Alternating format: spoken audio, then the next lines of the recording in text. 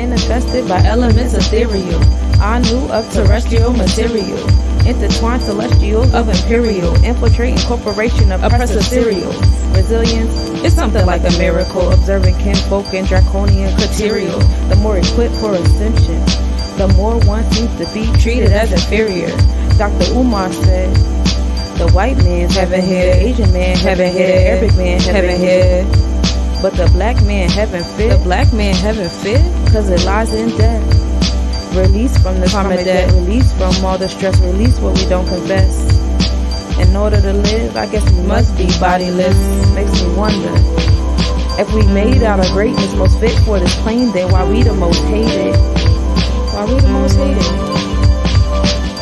Was I in court waiting for my sentence? Listening to a witness accuse me of unfitness to remain in these cosmic dimensions? Is that why we repent and we ask for forgiveness? The hours and days, they feel repetitious. Oppressive energy soaking up my minutes. Purple haze blowing smoke on my grimace. Another nobody traveling out of limits. Exiled from cosmos as penance. Or maybe this time it's just the intermission. Like Jesus chapters that went missing. Traveling and gaining knowledge between the dimensions. Christ consciousness bringing me ascension. Kundalini flows up now, where are my intentions? So don't cry for me when my time is risen. Sing some praises, cause you know that I made it. And know you're all my extensions. Yes, you're all my extensions.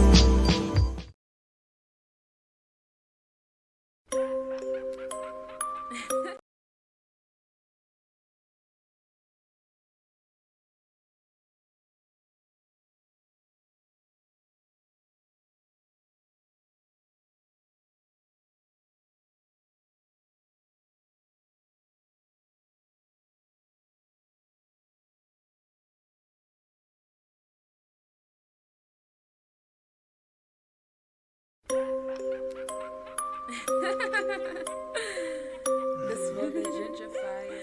This for the gentrifiers. Papa Legba, Yeshua, Ilegua, Ilegua. Come out, come out. Papa Legba, Papa Legba, Yeshua, Yeshua, Ilegua, Ilegua. Come out, Papa Legba, Papa Legba, Yeshua, Ilegua. Our land, yes, we was here first. They came here on a boat, they'll leave here in a hearse. They'll leave here through the dirt, they're going through the earth. We're channeling the ancestors to undo their curse. Cause once upon a time, we all could read and write. That legalese is lies. Strong men spell curse of ties. Strong men all caps disguise. They've gentrified our lives. We've redefined their sights. We've redefined their kind. Yes, this is juju music. This shit here is voodoo music. This shit here is voodoo music. When you chant, they gonna lose it. Yes, this is juju music. This shit here is voodoo music. Yes, this shit is voodoo music. When you chant, they gonna lose it. When you chant, they gonna lose. Which ancestor you gon' choose? Play their game, but by our rules. I'm Queen Annie the Maroon. I am Queen of Dongo. I am Queen of Zinga. I am Yenaga, I'm Carlotta and Fermina. Cause this is juju music. This shit here is voodoo music. When you chant, they gonna lose. Which ancestor you gon' choose? Cause this is juju music. This shit here is voodoo music. When you chant, they gonna lose. Which ancestor you gon' choose? I am a goddess, I am a priestess. I chant these mantras and they all repeat it. If we make a promise, this land we gon' seize it. Get vengeance for Mother Earth treason. Hey, the gentrifier. This for the gentrifiers. This for the gentrifiers. This for the gentrifiers. Repetition of empires. Invading land with gunfire. Slavery not posters for hire. Income not what you desire. Outcome working jobs for hours. Mindset waiting to retire. Never stop working for dollars. Cause this is juju music. This shit here is voodoo music. Which ancestor you gon' choose? When you chant, they gonna lose. Cause this is juju music. This shit here is voodoo music. Which ancestor we gon' choose? When we chant, they gonna lose. Ashe, I mean. My spirit guides coming with that sin. My ancestors defend. I got that juice to transcend. Ashe, I mean.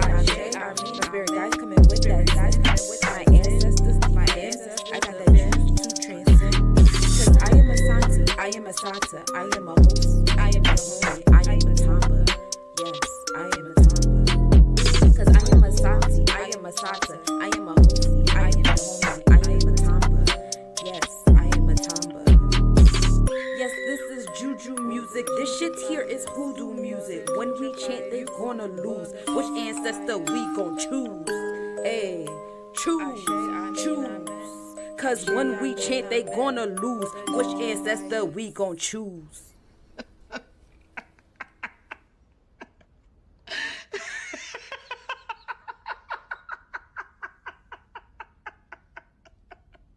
Mess with the wrong witch, and she knows it. And now you know it.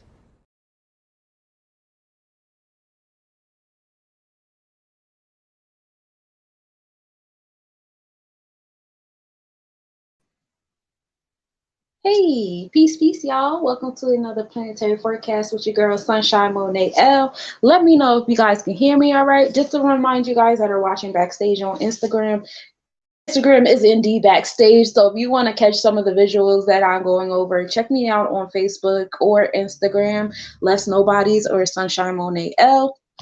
But yeah, I'm really excited to get started with y'all today. Hold on a second as I get myself together. Let me know if y'all can hear me all right in the comments, in the chat. Thank you for tapping in. Today I also am bringing out my my cards for the day because I wasn't out here before. But yeah, I thank y'all for tapping in as I get myself together. Hold on a second. But yeah, just to remind y'all. Here we go with the presentation. For those of you guys who are tapping in on Instagram, again, you guys can move on over to YouTube or Facebook. Less Nobodies on YouTube and Sunshine Monet L on Facebook to catch the presentations, the physical things upon the things. But we about to get started. I'm gonna get myself together. Sitting in regular chairs is so weird to me right now, and I'm trying to get myself used to it again. It's a whole thing. It's a whole thing. But yes, so what is a natal chart? So the natal chart is really essentially like the planetary placements when you were born. All living beings have electromagnetic energy, including the terrors of land or, physical terrors of the stars, comets, meteors, meteorites, etc., etc. Those electromagnetic energies have an effect on the chakra centers of oneself. You're an infinite being. You have an infinite amount of chakras. So, we go over the main 7 here. The planet placements are, the elements of how one spent their past life, what they learned or what they still need to learn in this life. These placements provide spiritual, mental, emotional, and physical tools for one to navigate through this life. If you go according to the Kabbalah, the goal is to rise above all the cosmos and all with the level of energy awareness, the electromagnetic energy awareness that you have of yourself, of the cosmos, etc. You're supposed use all that information to rise above. Natal charts are calculated by your birth date, your birth city, and your state, and the birth time. There are over 80 different kind of ways you could read charts to fulfill your needs. Here at Less Nobodies, we do your tropical chart, which is your mindset, how you think things are supposed to be, who you think you're supposed to be. We go over the sidereal chart, which is the Vedic chart, your heart set, your emotional self. And then we go over the draconic chart, which is that's when we get into the past lives. That's when we get into your soul's desires. Okay. And we also get into the nakshatras, if you're interested in the nakshatras, which is more geared towards the events and the different happenings in your life. Here at Less Nobodies, we'll also get into numerology and geometria, as your name and your birthday is also a part of your cosmic DNA. It sings a song for you and it tells a little bit about your life. I also do those kind of readings, different kind of readings with your name and your birthday, like your karmic bonds, your heart desire, your life challenges, your life path number, and all the other different numbers that your life path number leads you up to, reading the letters in your name, etc., etc. Those are things that I do on Wednesdays, or I can do an in-depth one-on-one reading. You guys can book me, all that fun stuff. What are chakras? You're an infinite being in a physical form. And although you're in your physical form, each of your physical forms have a mental, spiritual, emotional, psychological, etc., self. And the spiritual selves of our physical parts are called the chakras. And if there's a balance or imbalance of any of these selves or centers, it affects all your other selves. So if you're dealing with an emotional imbalance, you're going to feel it physically, you're going to feel it spiritually, you might feel it psychologically, you might feel it, financially. All the different selves of yourself are interconnected. So when, you know I give you an example. Your stomach. Your stomach, your gut area, it has a physical self. When it doesn't physically feel well, it could bring your financial self down because you got to spend money to make it feel better. It also can, bring your psychological self down because now you're in your head like, oh my goodness, what's going on with my stomach? It kind of prevents you from engaging into other different activities, places, and things. And sometimes your gut being in some type of distress is a spiritual sign, right? Like follow your gut. Your gut is telling you you're going to the wrong place or you're doing something wrong, etc., etc.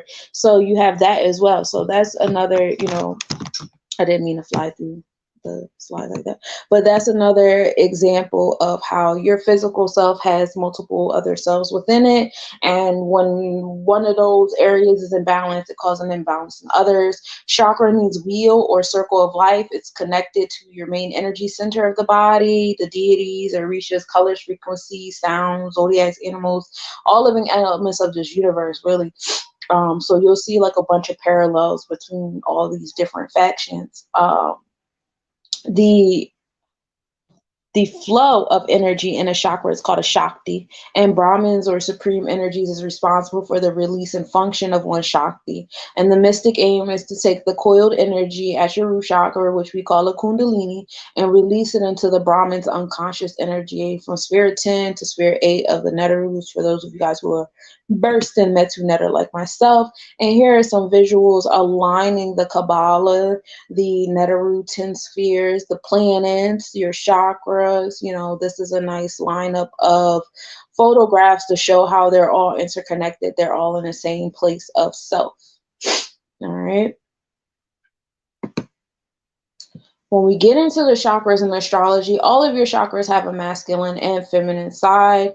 When we get into this space, you start off at the root chakra with Aquarius and Capricorn, the sacral chakra, Pisces and Sagittarius, solar plexus chakra is Aries and Scorpio, your heart chakra is Taurus, Libra, your throat chakra, Gemini, Virgo, and your third eye chakra is Cancer and Leo. Now, when we get to the crown chakra, your crown chakra is actually a middle gate or middle bridge.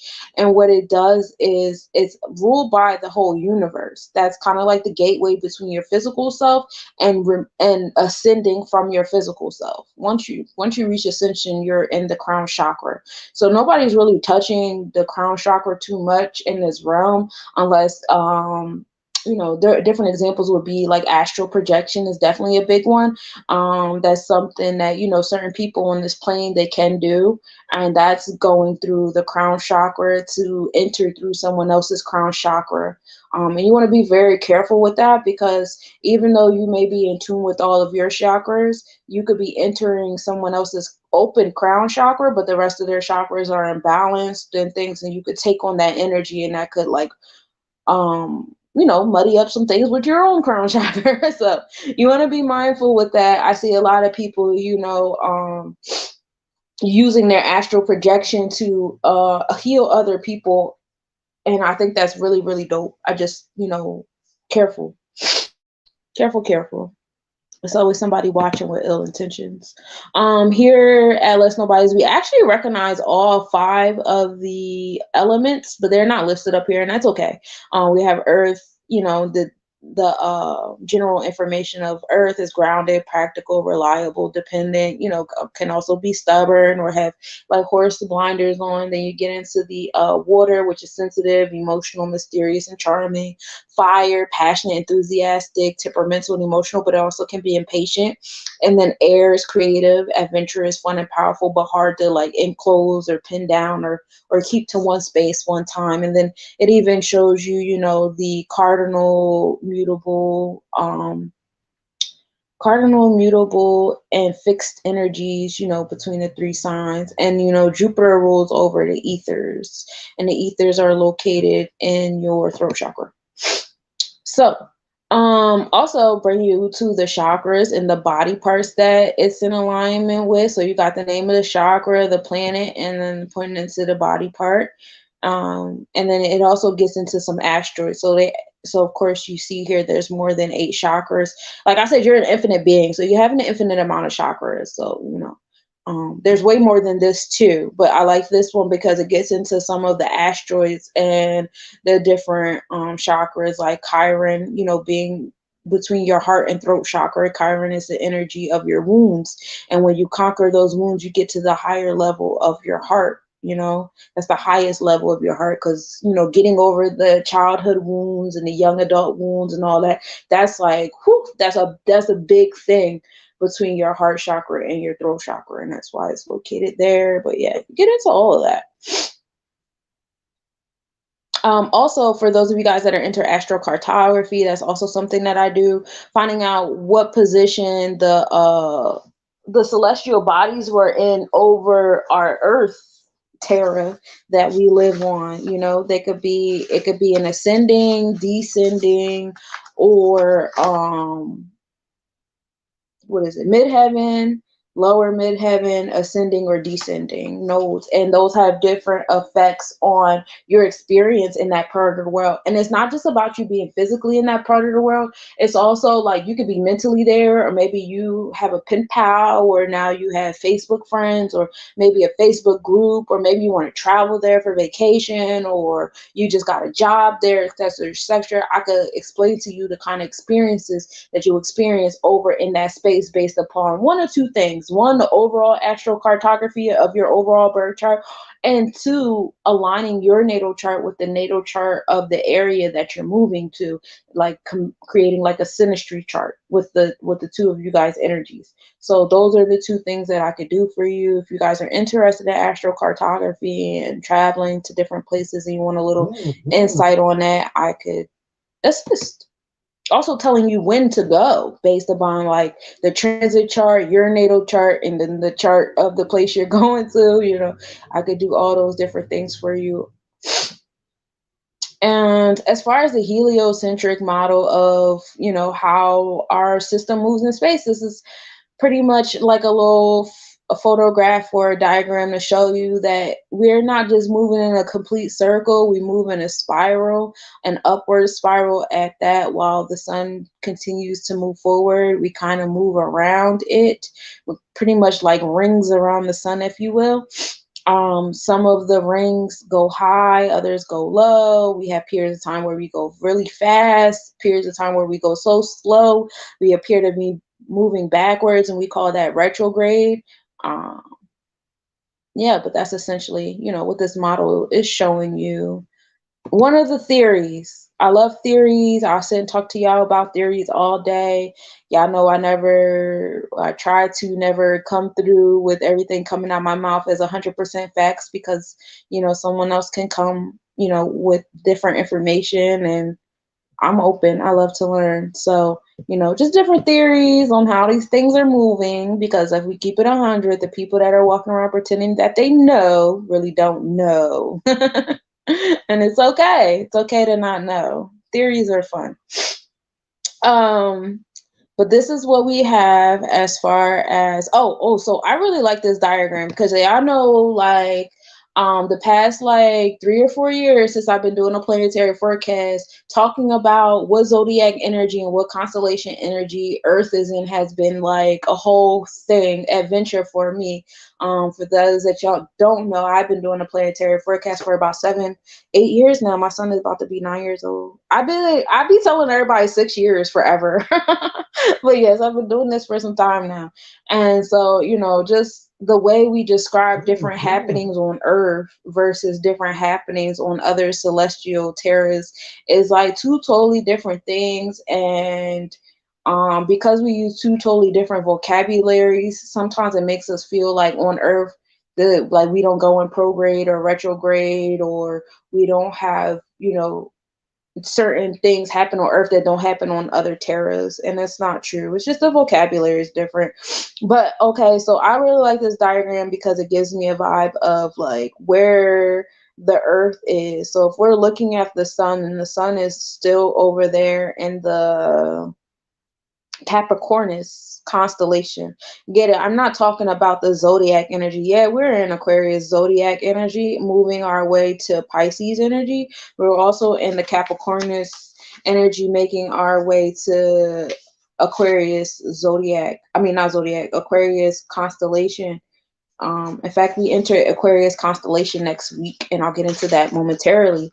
But yeah, so because the sun is appearing to be and on the edge of Aquarius and Capricorn, we can infer that the Earth is in between Leo and Cancer. And also getting into the midheaven. Now, the midheaven is the top of the sky, right? When we get into like the placement of the midheaven, we can also get into, where Earth is, because that would make sense. And then also paying attention to when other planets are at their close, excuse me, their closest and their furthest, etc., etc. That's a whole thing. But I've been inferring that right now in this moment, Earth is currently in like Leo, Cancer, zodiac constellation energy, with looking at the sun being in Aquarius, Capricornus energy. And we're moving towards,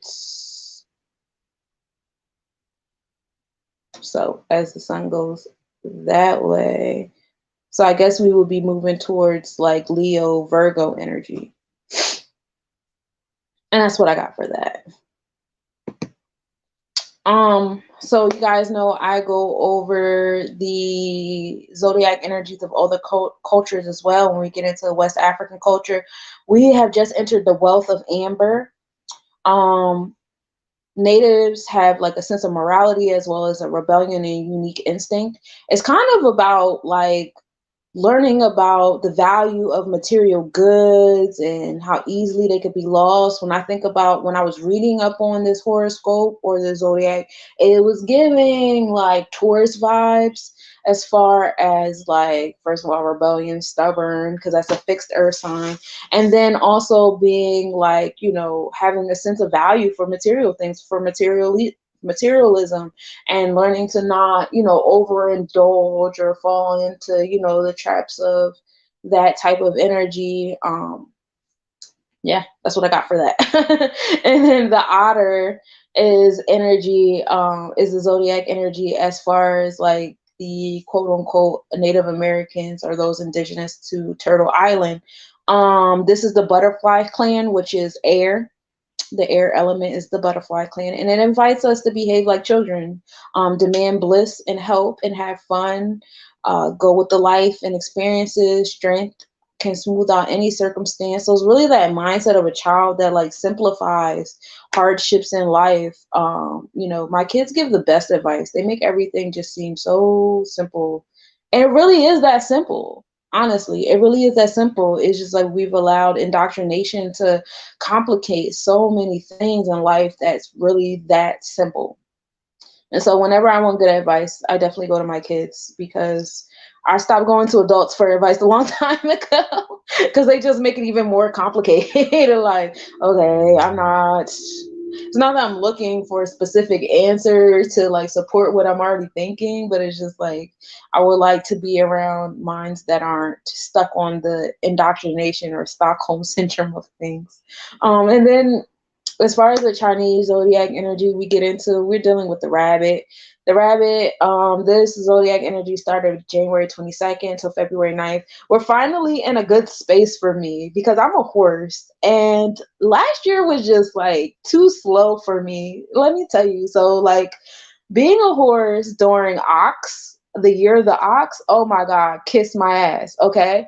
And it's because like I just want to move. Like I like to move. Horses, a wild horse travels the same distance. Now, this is the earth as we know it, the globe size as we know it, or think to be true. it will travel the size of the globe 2.5 times in 1 year. That's how much a wild horse travels. And that's how much I want to travel. Like, that's how I want to move. Like, that's me. Like, I gotta go. I gotta be in move. And during the year of the ox, it was not time for that. So I spent a lot of last year just not really going with the flow of nature. I'm not even gonna lie to you. I was fighting against the vibes of slowing down so much because I just didn't want to be slowed down. And being transparent, I got a little bit of Stockholm syndrome when it comes to the economics. Thank you, love. When it comes to the economics of things, and I'm healing it. I'm healing it. I definitely was put in a position by the time we reached the end of the year, I got my little slap on the wrist for not slowing down. So lesson learned. I never want to do that again. But I know that God willing, there will be another year of the ox for me, and hopefully I'll be so on top of life at that point that I will be slowed down. I just want to slow down. But yes, during the year of the rabbit, it's not my speed yet, but we're moving a whole lot faster than we were moving last year. So, a lot of things will be happening, especially for the people that are like into like mainstream media. See, I don't watch the news. I don't watch any news on any level, not even like activist news. I don't do any of it. So peace, y'all. And because I don't do any of it, I'm like really out of the loop with a lot of things. But I know for a fact that we're going into a space where like the attention spans are getting a whole lot shorter. And so like, there will be like 3 to 4 different like main big happenings happening in a day. It's going to be a lot to keep up with. I don't really like the mindset that, oh, if you're watching this on the news, you're being distracted because that's happening. Well, learn how to balance the things that you're looking at, because we will be walking into a realm where there is going to be like 2 to 3 things that you have to pay attention to a day, a lot of things happening at one time. This year is the year of intuition. So all that allowing yourself to be invoked by the news and being invoked by media and all that stuff, I hope that you guys have the mindset, the heart set, and the spiritual set to send past that. Because like, I don't know, that's another reason why I don't watch the news or nothing, because like, I get it. I'm watching it. It was like when I got to the last season of what's it called? This Is Us.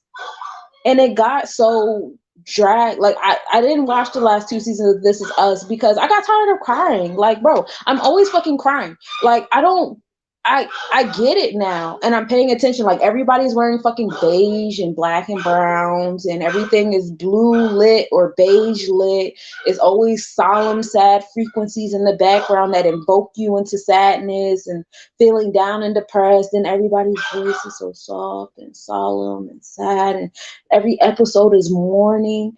And that's the vibe that I get from a lot of these news things. Even like, I don't even follow people on Instagram too much anymore that, stay stuck up on the news and all that stuff to sell their products and services and stuff, because I get the same energy. And people that do it on Instagram, they're way fucking worse. They have this crazy like Roman Catholic music playing in the background and Alex Jones screaming at the screen and hurry up and buy our financial package now so you can beat whatever the fuck Alex Jones is saying. Like, bro, I can't with the theatrics, and you're trying to invoke something out of me, and I think that's very irresponsible and disrespectful to a lot of people that are easily invoked because they don't know any better. But hopefully, coming into this energy of the of the rabbit, like, you'll have so much inner peace and intuition and patience and the ability to think things through, that all this stuff that's going on the televisions don't invoke you. Just, being aware. Like, I'm already aware. There's nothing new under the sun. The government is doing this. Everybody's trying to control the food, air, and water. Everything's polluted. The Western medicine benefits off of us being sick, so they're not really going to do much to make us healthy. The justice system benefits off of us being enslaved, so they're not going to do much to make us free. These people over here, the cops are the biggest gang in America. They're going to shoot us and whatever if we invoke them before we get a chance to, retaliate or protect ourselves. Like, I know what's going on.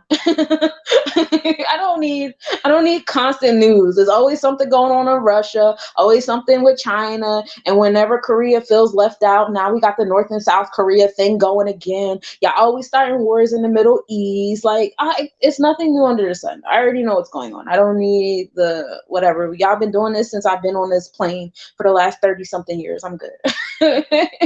and I hope that the energy of the rabbit brings you guys the same peace it brings me. And that's what I have for that. Please think things through prior to acting in the season, especially for those of you guys who do move fast. Being born in the year of the rooster, the rooster is cool.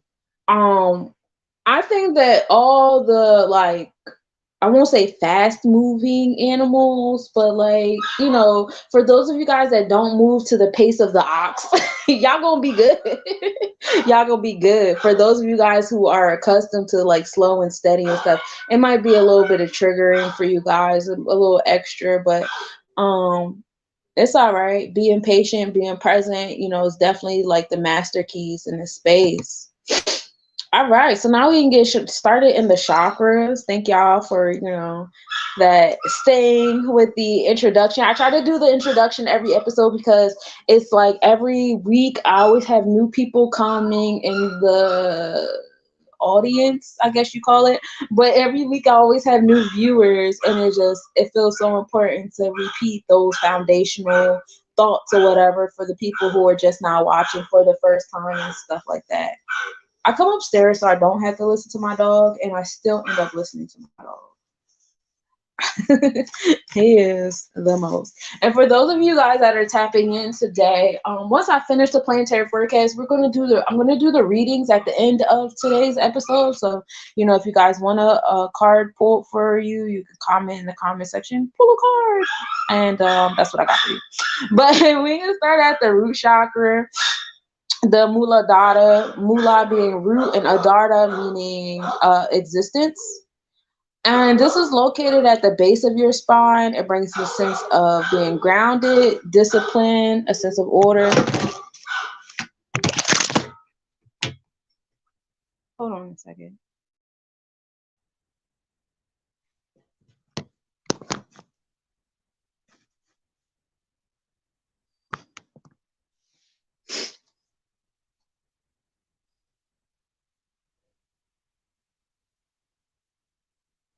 Yes, balance. Boundaries is definitely a big thing in your root chakra. Having a sense of authority and survival of self is also a big thing. And you guys, can tap into the different frequencies, the color frequencies, the letter sounds, etc., etc. Now, over on the feminine side of our root chakra, this is Asar. This is self-knowledge. We're dealing with the first sphere of the tree of life, which is unity and power to be one with all.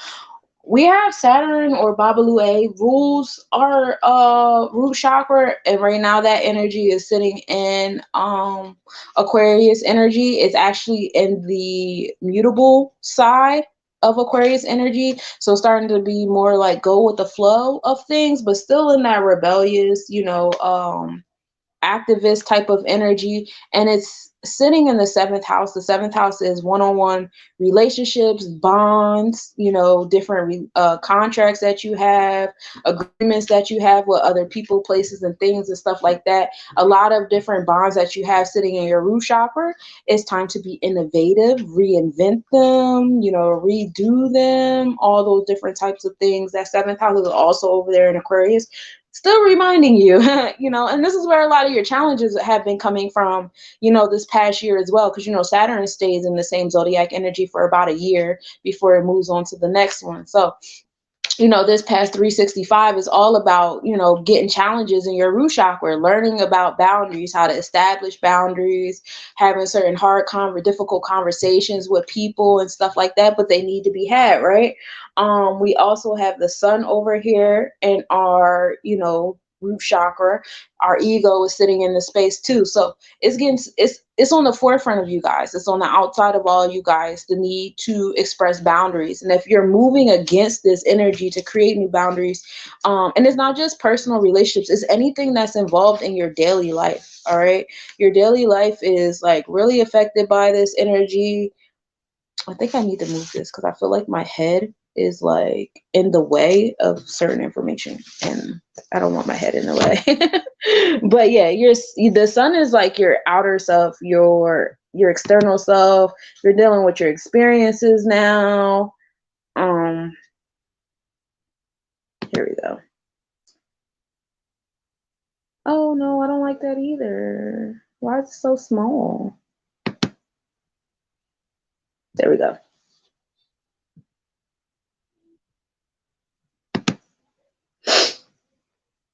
I was covering up information.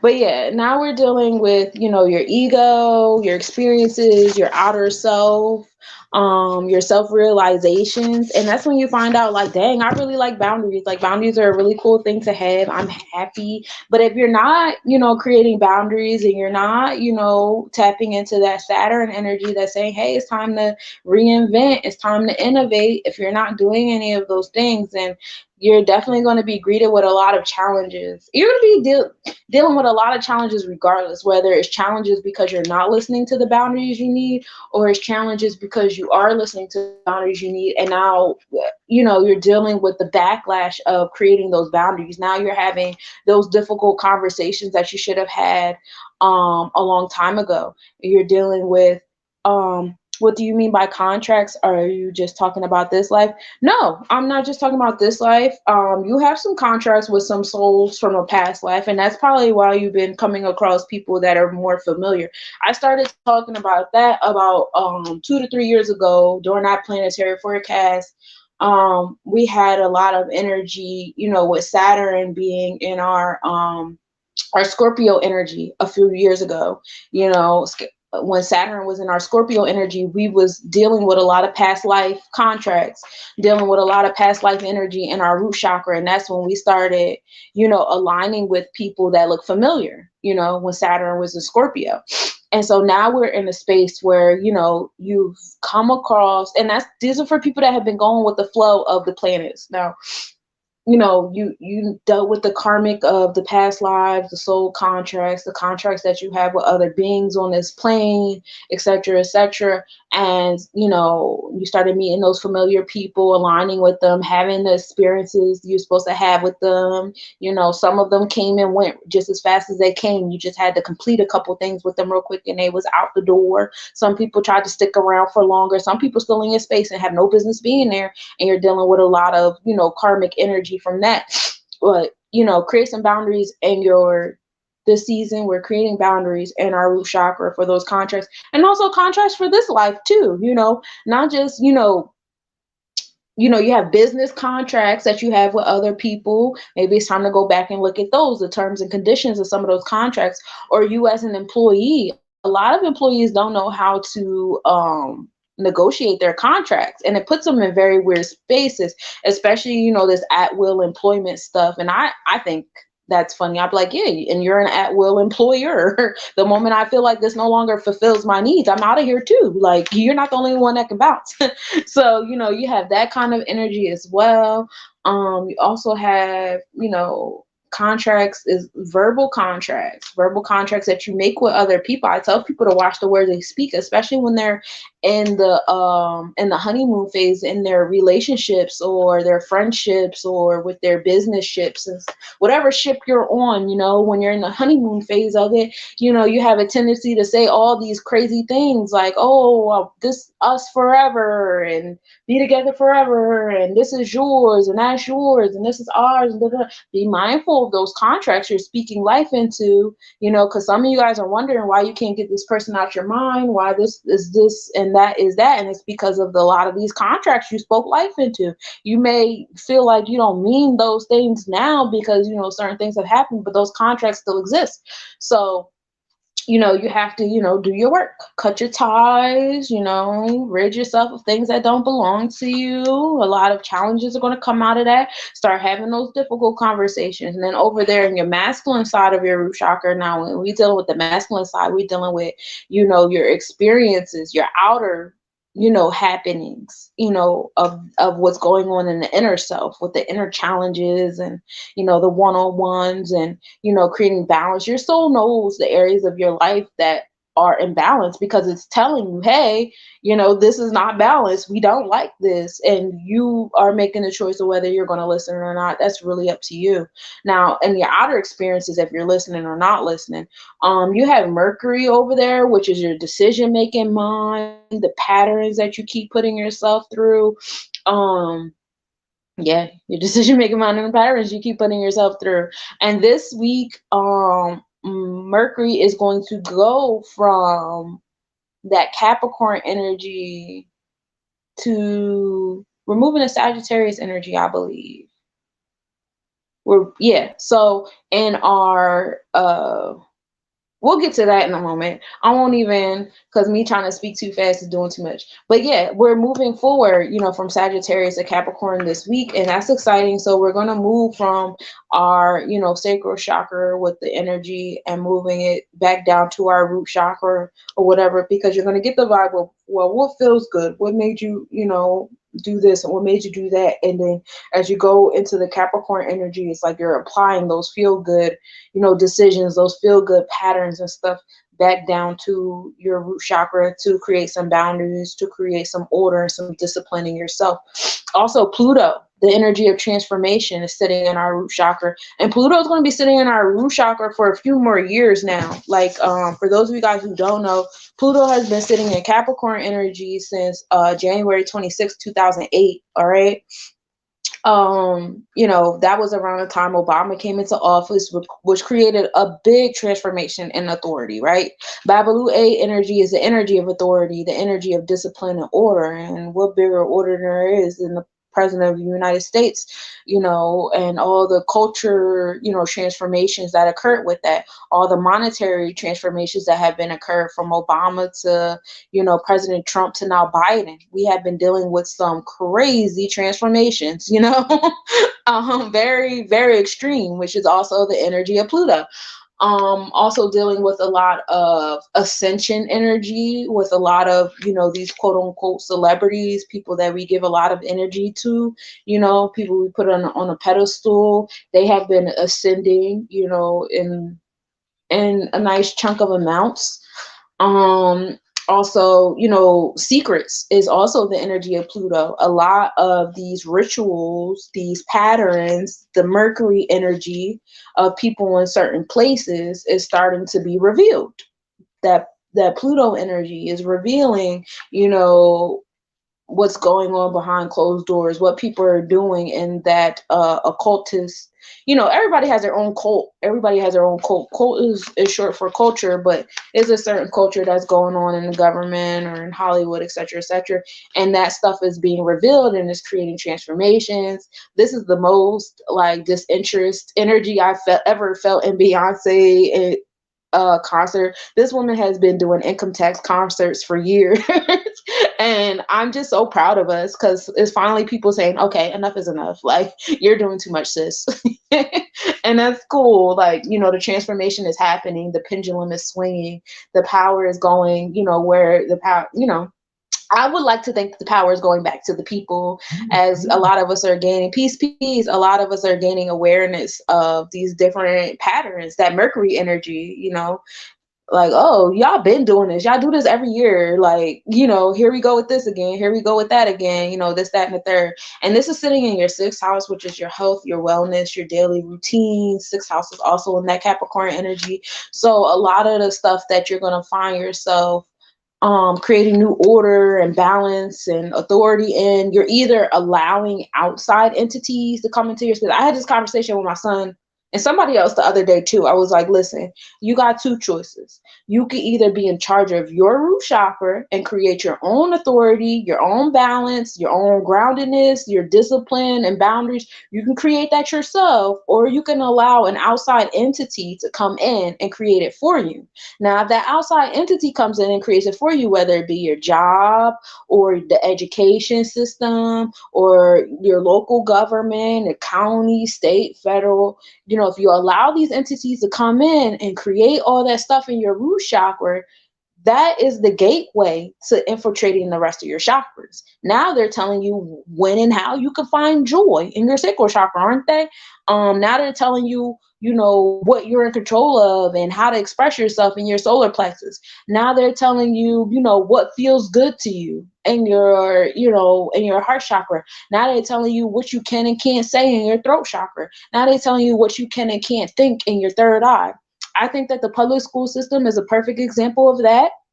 If you don't take control of your education and you allow these entities to come into your life, and I'm not saying it's right or wrong, like, it is what it is. I'm just saying, I'm bringing the awareness to you. You allow these people to be in control of the root chakra of your education, and they're providing you with the education. Well, then they're going to start telling you how to find joy. My kid's not in school no more. I'm in charge of my baby's root chakras. Okay.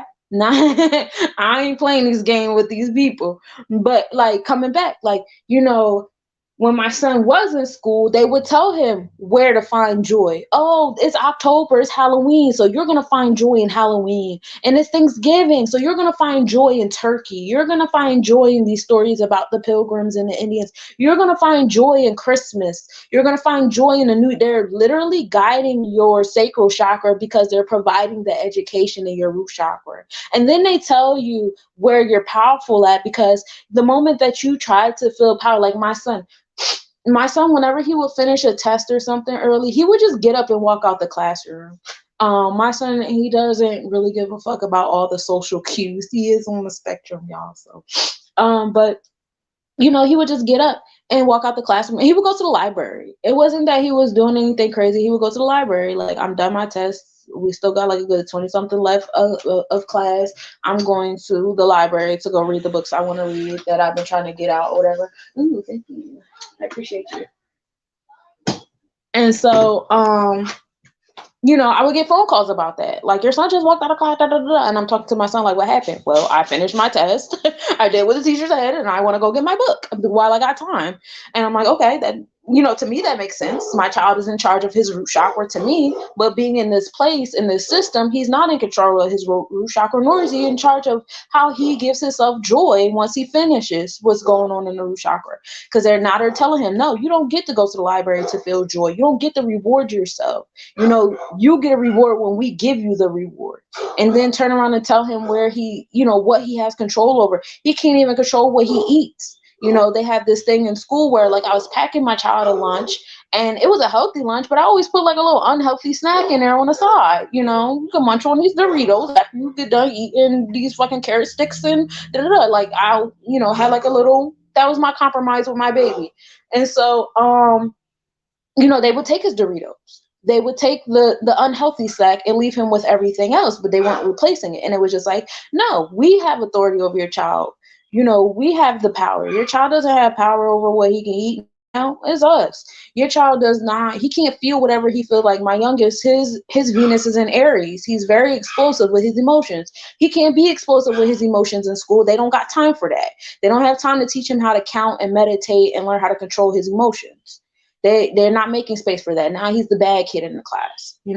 They don't get to speak whenever they want to speak. Their throat chakras are being suppressed. You have to raise your hand and hope to get called on. And if you don't, you just don't. And if you get called on and you say something that the teacher don't want to hear or the teacher doesn't respond to, they're ridiculing you for saying something to begin with. Like my son, he used to be scared to ask for help. When I first started homeschooling him, he wouldn't tell me he needed help.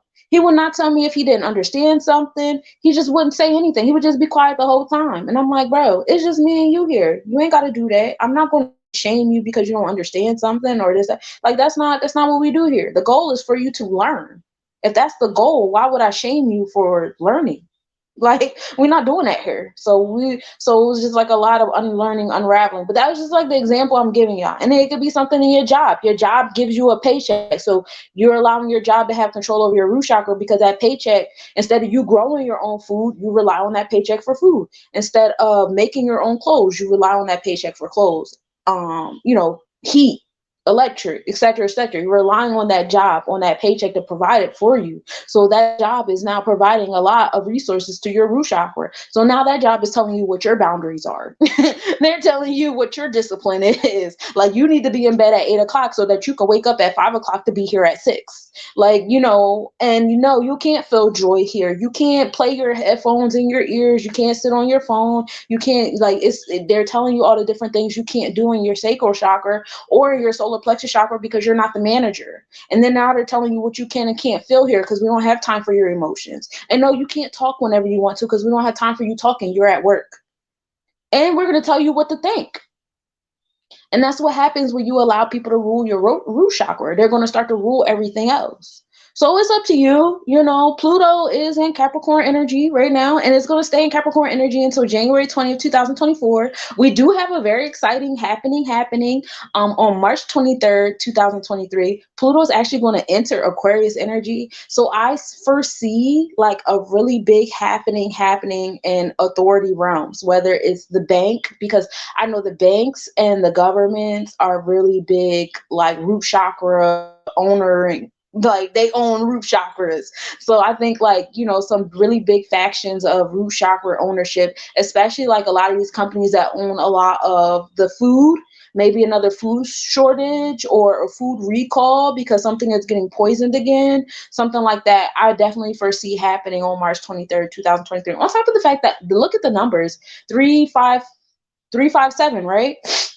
Yeah. The numbers is weird. So something is happening on that day. Pluto is going to enter Aquarius on that day, and then it's going to go into retrograde like it usually does in May. And once it goes in retrograde in May, it's going to go right back to Capricorn energy again, and it's going to stay in Capricorn energy until November 2024. So that's what's happening with Pluto, but creating those transformations still in the root chakra, whether it be in Capricorn or Aquarius side of the root chakra, is still in the root chakra, but just the idea that it's been in our experiences, and now it's going to go inward real quick and then come right back out into our experiences. I'm excited about that. I can't wait to see, what that adds up to. And again, this is the 6th house of your daily routines in this space. In our sacral chakra, this is where our being is established. It's located below the navel and above the pubic bone. It gives off the energy of generosity, luck, wisdom, pleasure seeking, joy, your sensual and sexual energy, as well as your creative energy.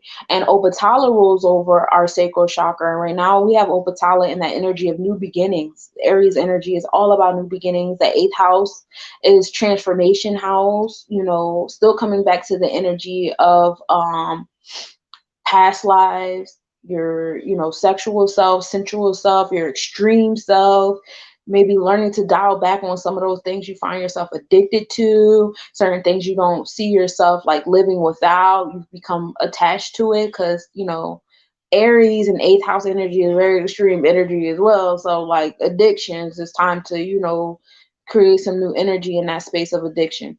Also reminding y'all that the 8th house is also ruled by Pisces energy, the 8th house being that house of transformation, death, and rebirth, being in that spiritual self, knowing that spirit is guiding a lot of the transformational happenings that's happening. Okay.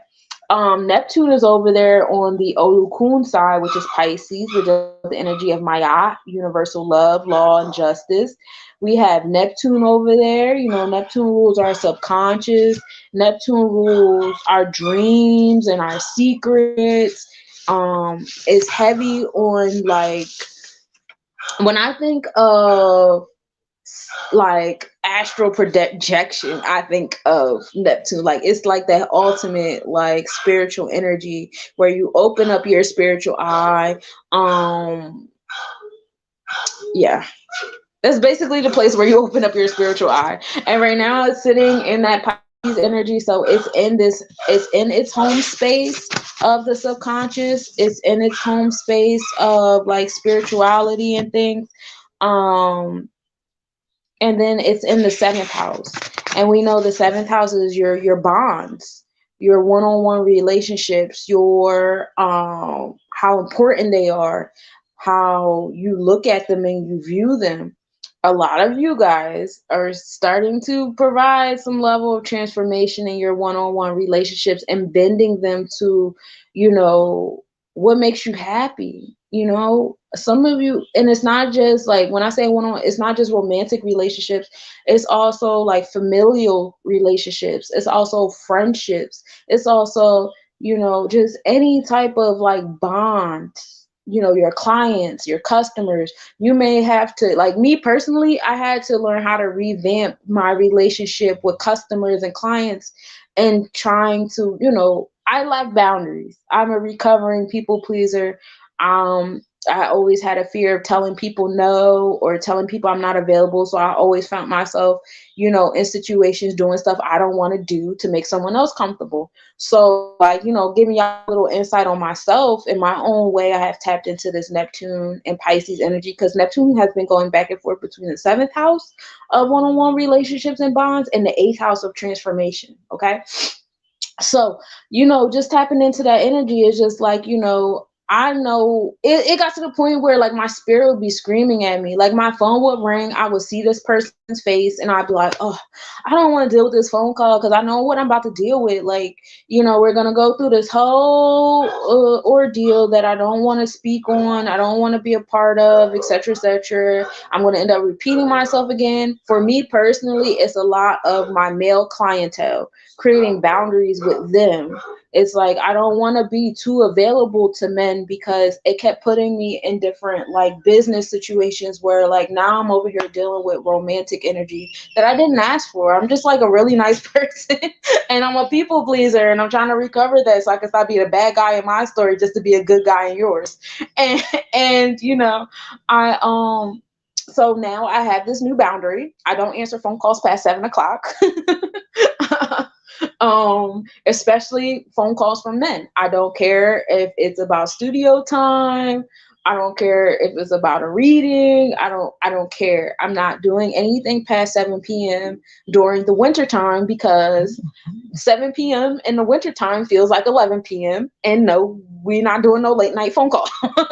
We're just not. And it's a boundary that I had to, you know, put out there and enforce so I could stop putting myself in positions I didn't want to be in, where it's like I don't want to hurt your feelings and be a jerk and say, hey, I don't like you, but I don't like you like that. And I should be allowed to express that. But it's just like I deal with a lot. That's for a whole therapist couch later. But you know, that's just me giving y'all insight on how, you know, you can transform certain relationships and bonds in your space. And it's getting to the point now where your spirit is really telling you, no, it's time.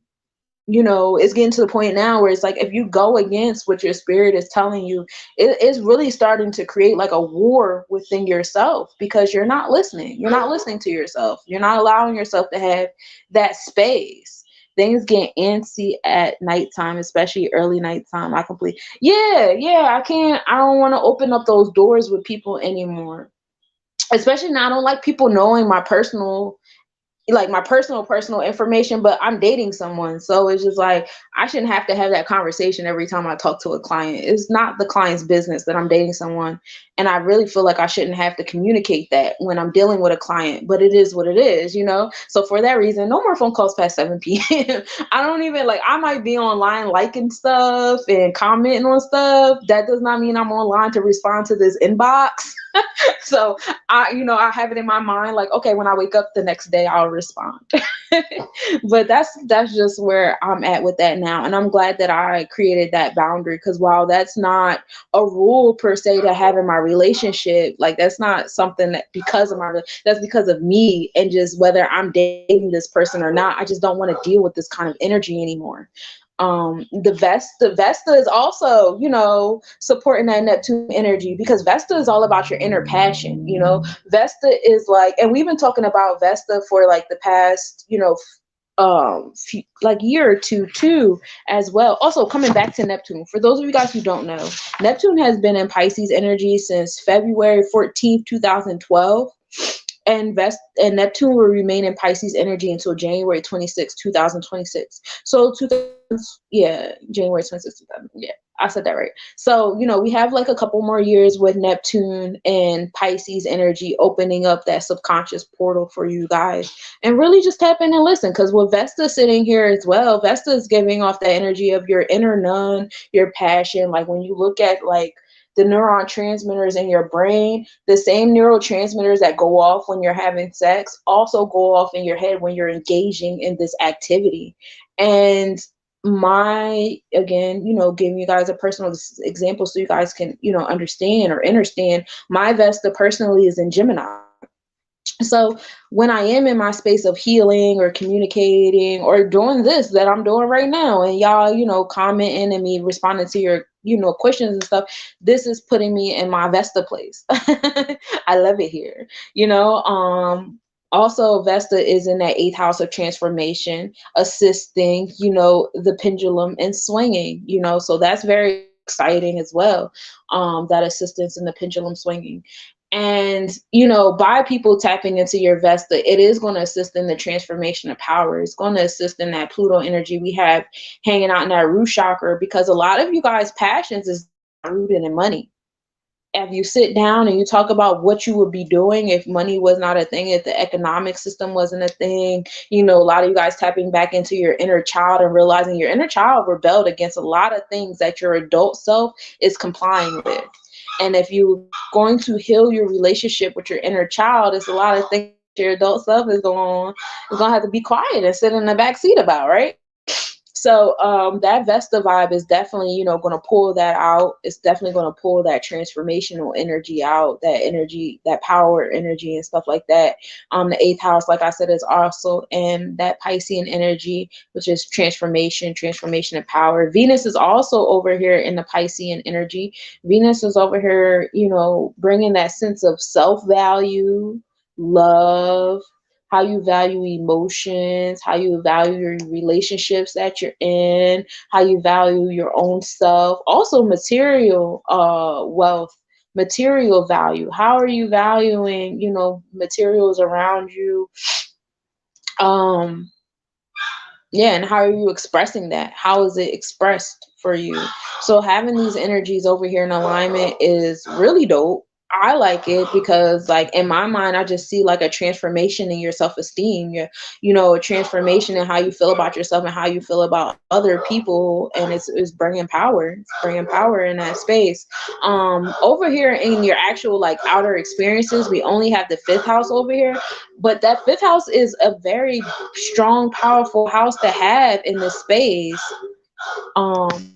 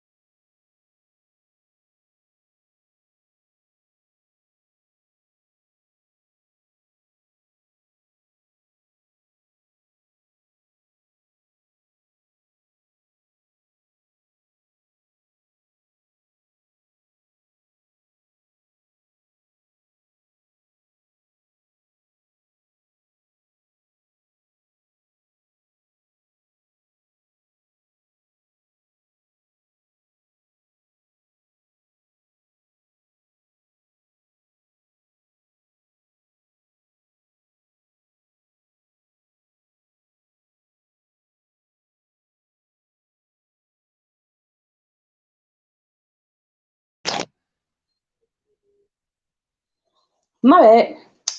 But yeah, so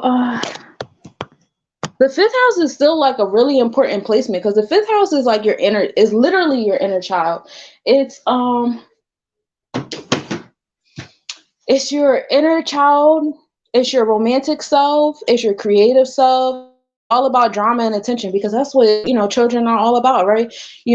Obtaining drama and obtaining attention. That's what they like. Everything is like extreme emotion to them and stuff like that. So, tapping into your sacral chakra is really the vibes of tapping into your inner child. Those are the experiences that you should be experiencing. Those are the conversations you should be having. You know, for those of you who have children, taking the time out to look at your children as different facets to your inner child and knowing that in healing them, you are also working on healing yourself, and finding yourself having certain conversations with them is also assisting in finding different conversations with yourself. I love that movie. What's it called? I think it's called Turning Red or Big Red or something like that, with the fox, and how like the daughter was going through, the afterlife or limbo type vibe, and she found her mom's inner child, and she was helping her mom's inner child heal her relationship with her mother. And oh my god, I was just crying. I'm like, oh my god, why is this movie doing this to me? But that's definitely the vibe, when you have other children around you. For those of you guys who work in the field of being around multiple children, you guys are super blessed because you get to really, tap into so many facets of your inner child, because we're all reflections of each other, and really, have certain conversations, normalize certain things. Remember, I told you kids, have the ability of really simplifying things with their advice and stuff. So, I think that you having certain experiences in tune with your inner child is dope.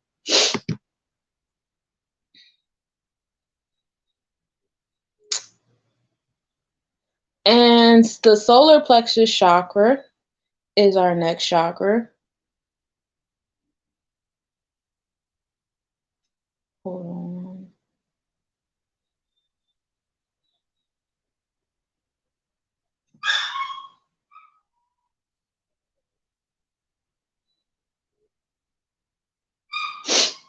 So we got a lot of placements in our Aries energy. The solar plexus chakra is located in our upper abdomen or our middle back. It brings on the energy of willpower, self-expression, self-esteem, courage, just overall energy. This is the vibes of Ogun, which is the energy of new beginnings. For those of you guys who don't know the story of Ogun, he would work with metal. And when enslavement started, he started making weapons, and he went through the transformation of coming from a metal worker to an actual warrior, and he, won some battles, and that was pretty dope. Ogun is in the Gemini energy in the 10th house, being ruled by Taurus vibes. And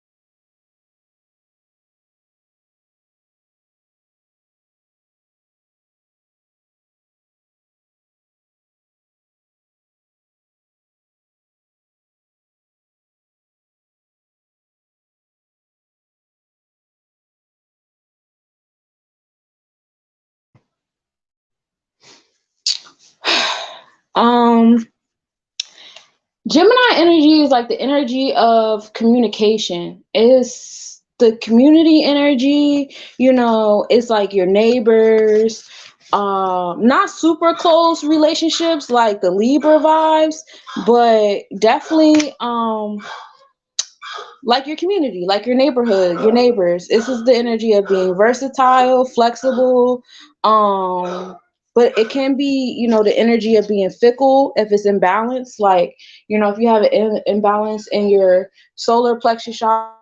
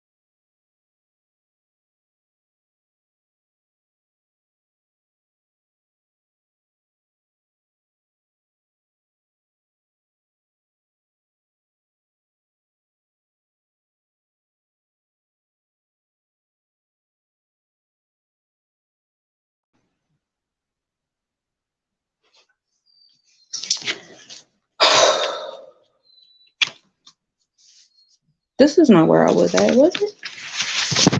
I wasn't Gemini. My bad, y'all. Okay, so this overall energy is like the Beji twins. It's a story of them, and it really depends on like it gives off the energy of versatility and being flexible because it depends on who you ask the story to. That depends on like what kind of response you're gonna get back. And it's like, to some people, like these twins were terrible. They went into neighborhoods, wreaking havoc, and they wanted to fight everybody, and it was awful. But if you ask other people about the story, it was like, oh, these were valiant soldiers and they were warriors and they would just go into town and challenge the strongest person and beat them up. So, that's where that like versatility, flexibility, being able to see multiple points of view for the same thing, that's where a lot of that energy comes from. Also, the energy of companionship because they were twins and they were very loyal to one another. Um, but it can be a bit of an unfocus, and you can feel a sense of like doing too much or being in too many places at one time with your solar plexus chakra when you're stretching it thin, when you're trying to have authority over this over here and have authority over that over here, and then being a boss of this and being the CEO of that and this, that, and the third. Stretching your solar plexus chakra, so thin like that will put you in a crazy space. So, just be mindful of always having to be the person of authority everywhere you go, or, and that's me. Okay, so again, another moment of transparency so y'all can understand where I'm coming from.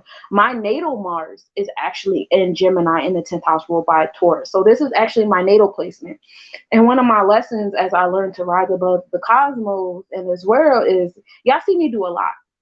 I'm an astrologer, I do counseling, I do art therapy, I do motivational therapy, I homeschool my kids, I make jewelry, I make music, I coordinate events, I do a lot. I teach, I do a lot. And then got the nerve to still be trying to find like a job. So, with all of that, going on,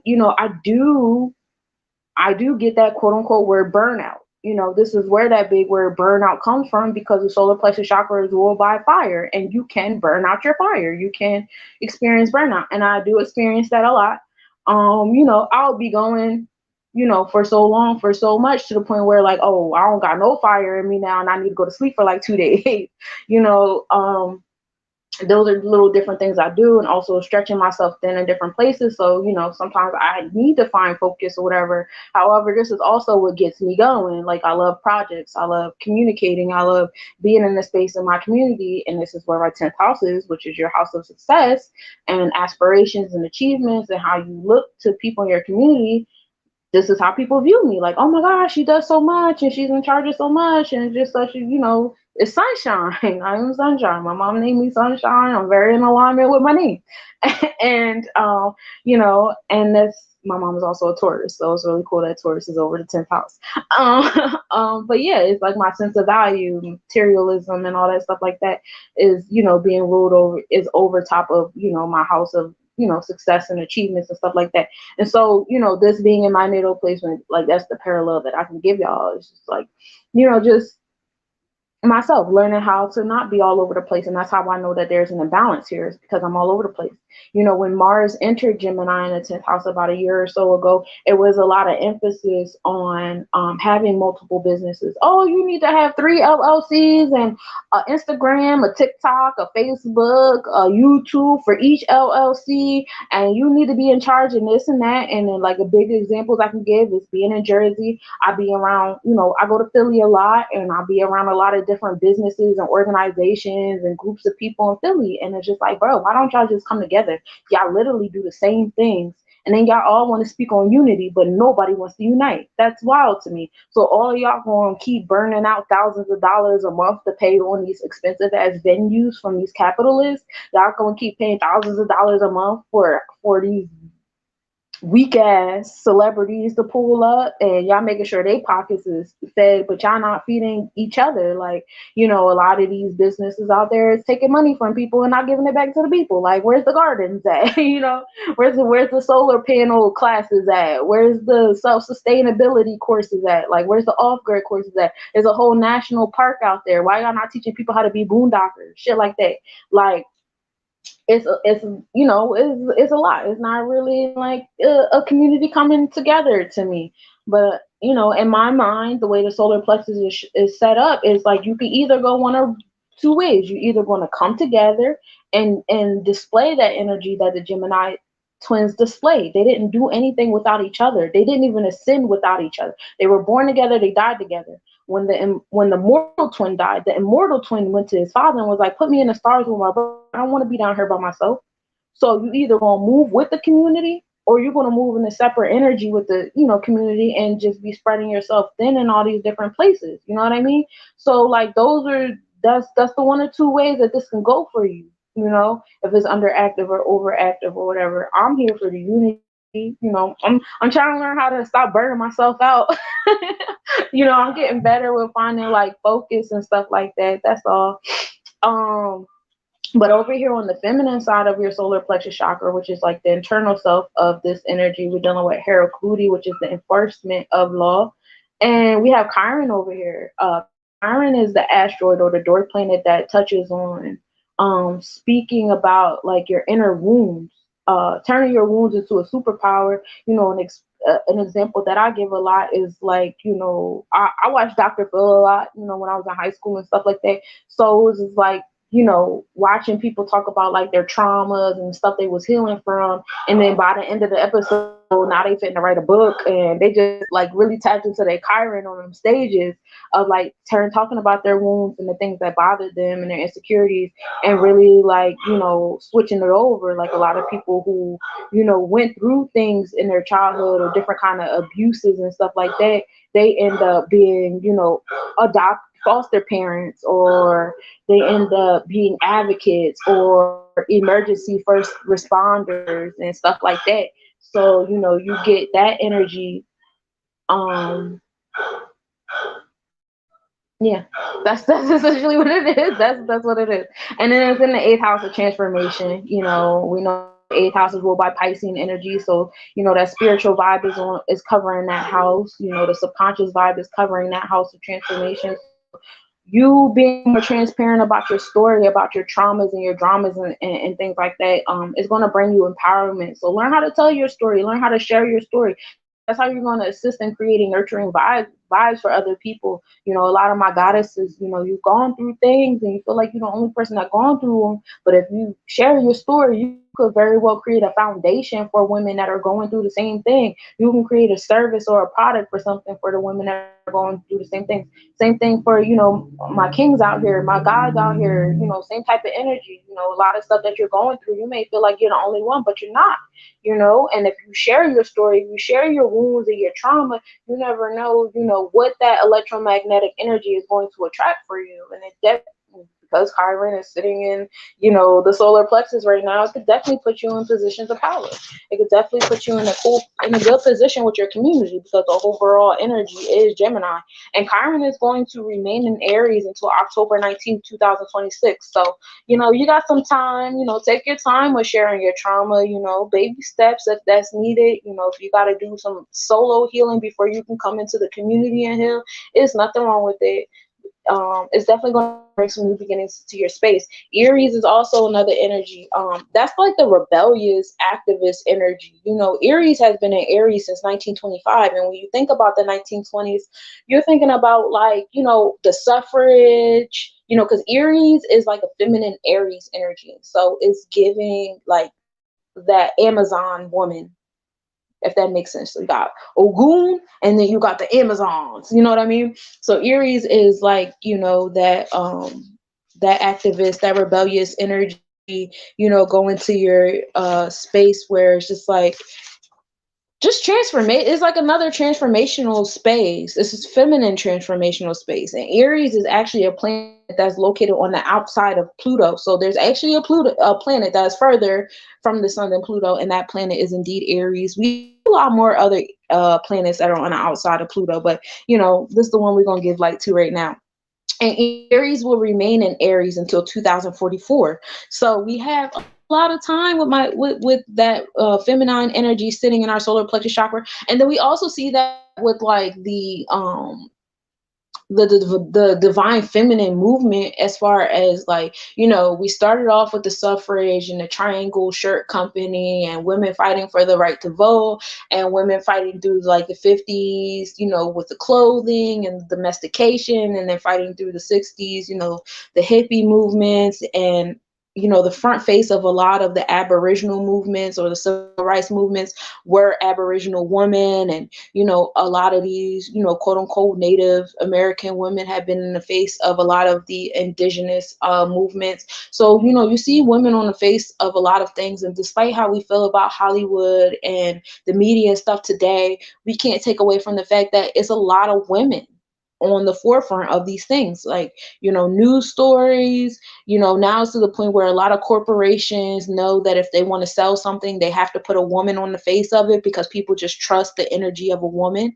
That is starting to become more in play now. That's starting to be more respected now, regardless of what their intentions behind what it is they're selling, whether it's a shot or some sneakers. It's still a woman's face on the front of it saying, hey, this is okay, let's do it. Like, women have been on the faces of a lot of films, the political realm. Women are shaking things up, and then you have, then we just, is Kamala our first female VP? I want to say she is.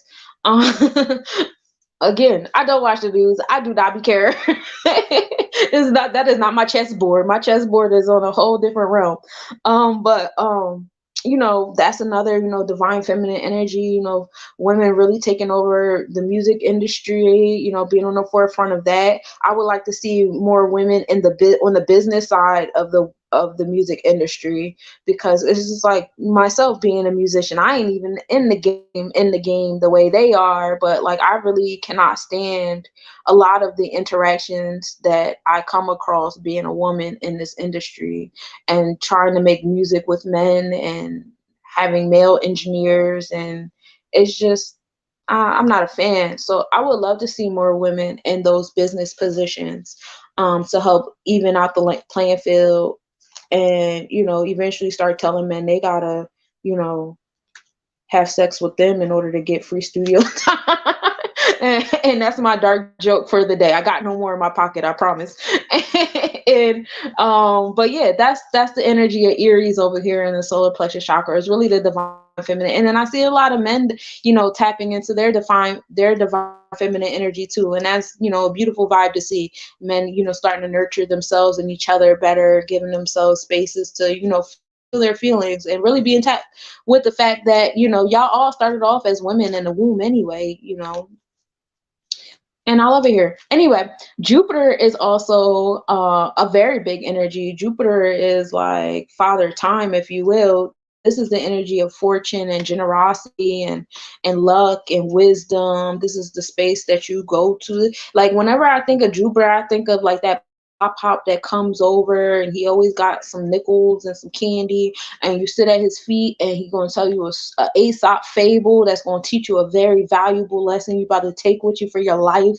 Like that's the energy I get from Jupiter. So I got a nickel and I got a really good Aesop fable. Like I'm here for it. And that's the energy is bringing to your solar plexus chakra. It's bringing you a nickel and an Aesop fable for you. And and it's assisting you, it's helping you facilitate, that Chiron and Aries energy. Like you got to tap into your inner feminine self and your rebellious feminine self at that, not just any feminine energy. That's why, like, I've been seeing a lot of posts about like, oh, I want to enter my soft girl era, da da da. I'm going to go back to a Bobby Hemmett video that I watched, where the Bobby Hemmett was talking about how you see two images of women. You see one image where she's like Mother Teresa and she's holding a baby and she seems so soft and vulnerable with this baby. And then you see another image of women where she has, a machete in her hand, or, that Queen Nanny statue, if you will, ready for war. And when I think that a lot of the soft girl era stuff is social engineering, again, from like social media influencers. And you can disagree with me, that's fine, but hear me out for 2.5 seconds. It's only a side story. And I say that because, we're coming into a space where, like, once again, because, it's nothing new under the sun. We repeat patterns all the time. But once again, we've created a bunch of businesses. We've created our own education systems. We got a lot of online education systems, in-person education systems. We're homeschooling our kids. A lot of people are homesteading. I see a lot of groups of people coming together and buying land together and creating their own villages and stuff like that. And I love that. And it's going to be very difficult to protect all of those things if we're all in our soft girl era. And like I said, it's two images of goddesses out here, okay? And I just prefer to tap into the Aries right now. I feel like Aries and Aries is way more important to tap into right now, because we have to be willing to protect what we create. And if we don't protect what we create, we're opening ourselves up to more red summers. In a nutshell, we're opening ourselves up to more of that, and it's nothing. It's actually a little bit more easier now for someone to come in and take all your stuff, because all they got to do is press a couple buttons on the internet, and now your page is blocked. Your information, all those years of videos and photos and posts and stuff that you've been putting on your pages or your groups or whatever to provide edification for your people, is deleted now. It's gone. The whole website that you just created, to create an online school program or whatever, or online edification program, or teaching your people how to gain their sovereignty or whatever, all that stuff is gone now. With a click a couple buttons. They don't got to come into your neighborhood and burn buildings down and stuff like that. Now they can sit in their office and click a couple buttons. And what are we doing to protect those things? What are we creating to protect those things? I mean, who's to say somebody won't come into the neighborhood and do those things again? Somebody just bought a bunch of land out in Georgia. I saw like an independent community, of Aboriginals taking form. They were, charging people $3,000 for your own house and stuff on the land. And I think that's beautiful. And they allow financing. Now, how's that land being protected? Is there, a military information? Do people have the knowledge that just like you could privatize your company and yourself, you can also privatize your security? For every private company, you can have your own security. Just how mall has mall cops and has a mall jail, you can have there, me and my black owned businesses. Like I think in Baltimore, there's a whole strip. Aboriginals bought a whole strip. They bought a whole mall, and they're in there, and there's only their stores in there. Now, do they have enough sense to come together and create a privatized security? So when people come into their space, instead of them calling 911, they can call on their own personal security, and they have their own personal jail, and they have their own, personal legal ramifications. Do they have the knowledge to do that, or do they have the care to do that? And for those who do have the knowledge to do that, are y'all providing these people with that kind of knowledge, or are you keeping it to yourself and charging $19.99 for it? Because that's selfish.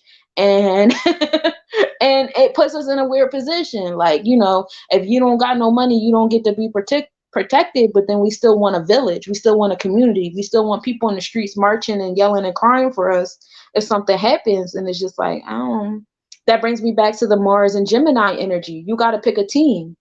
Are you going to be dolo, or are you going to go with the community? Like, are you going to be on an island, or are you, coming into the space with everybody else? That's where I'm at with it. I think that the soft girl era is a trap, to keep us all vulnerable and open to whatever attacks that can happen from everything that we're building. And I'm just not a fan. And I think that this Chiron energy, as far as turning our wounds into superpowers, is not just personal wounds of abuse, but also wounds, generational wounds. We have to speak on them. We have to speak on them in detail. These people came on our land with their currency. These people came on our land, with their corporations. We didn't forget. Y'all not a government. Y'all a corporation. Y'all came over here as a corporation. When did y'all turn into a government?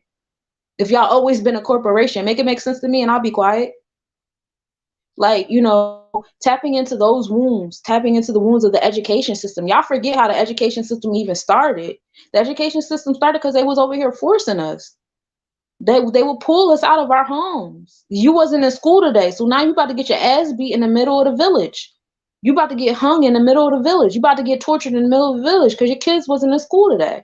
So now it's this innate fear in our heart, like, oh my God, my kids, if you miss too many days of school, this is going to happen, that's going to happen, that's going to happen. Okay, why are you so worked up? Because there's a generational wound there. Y'all used to get your ass beat.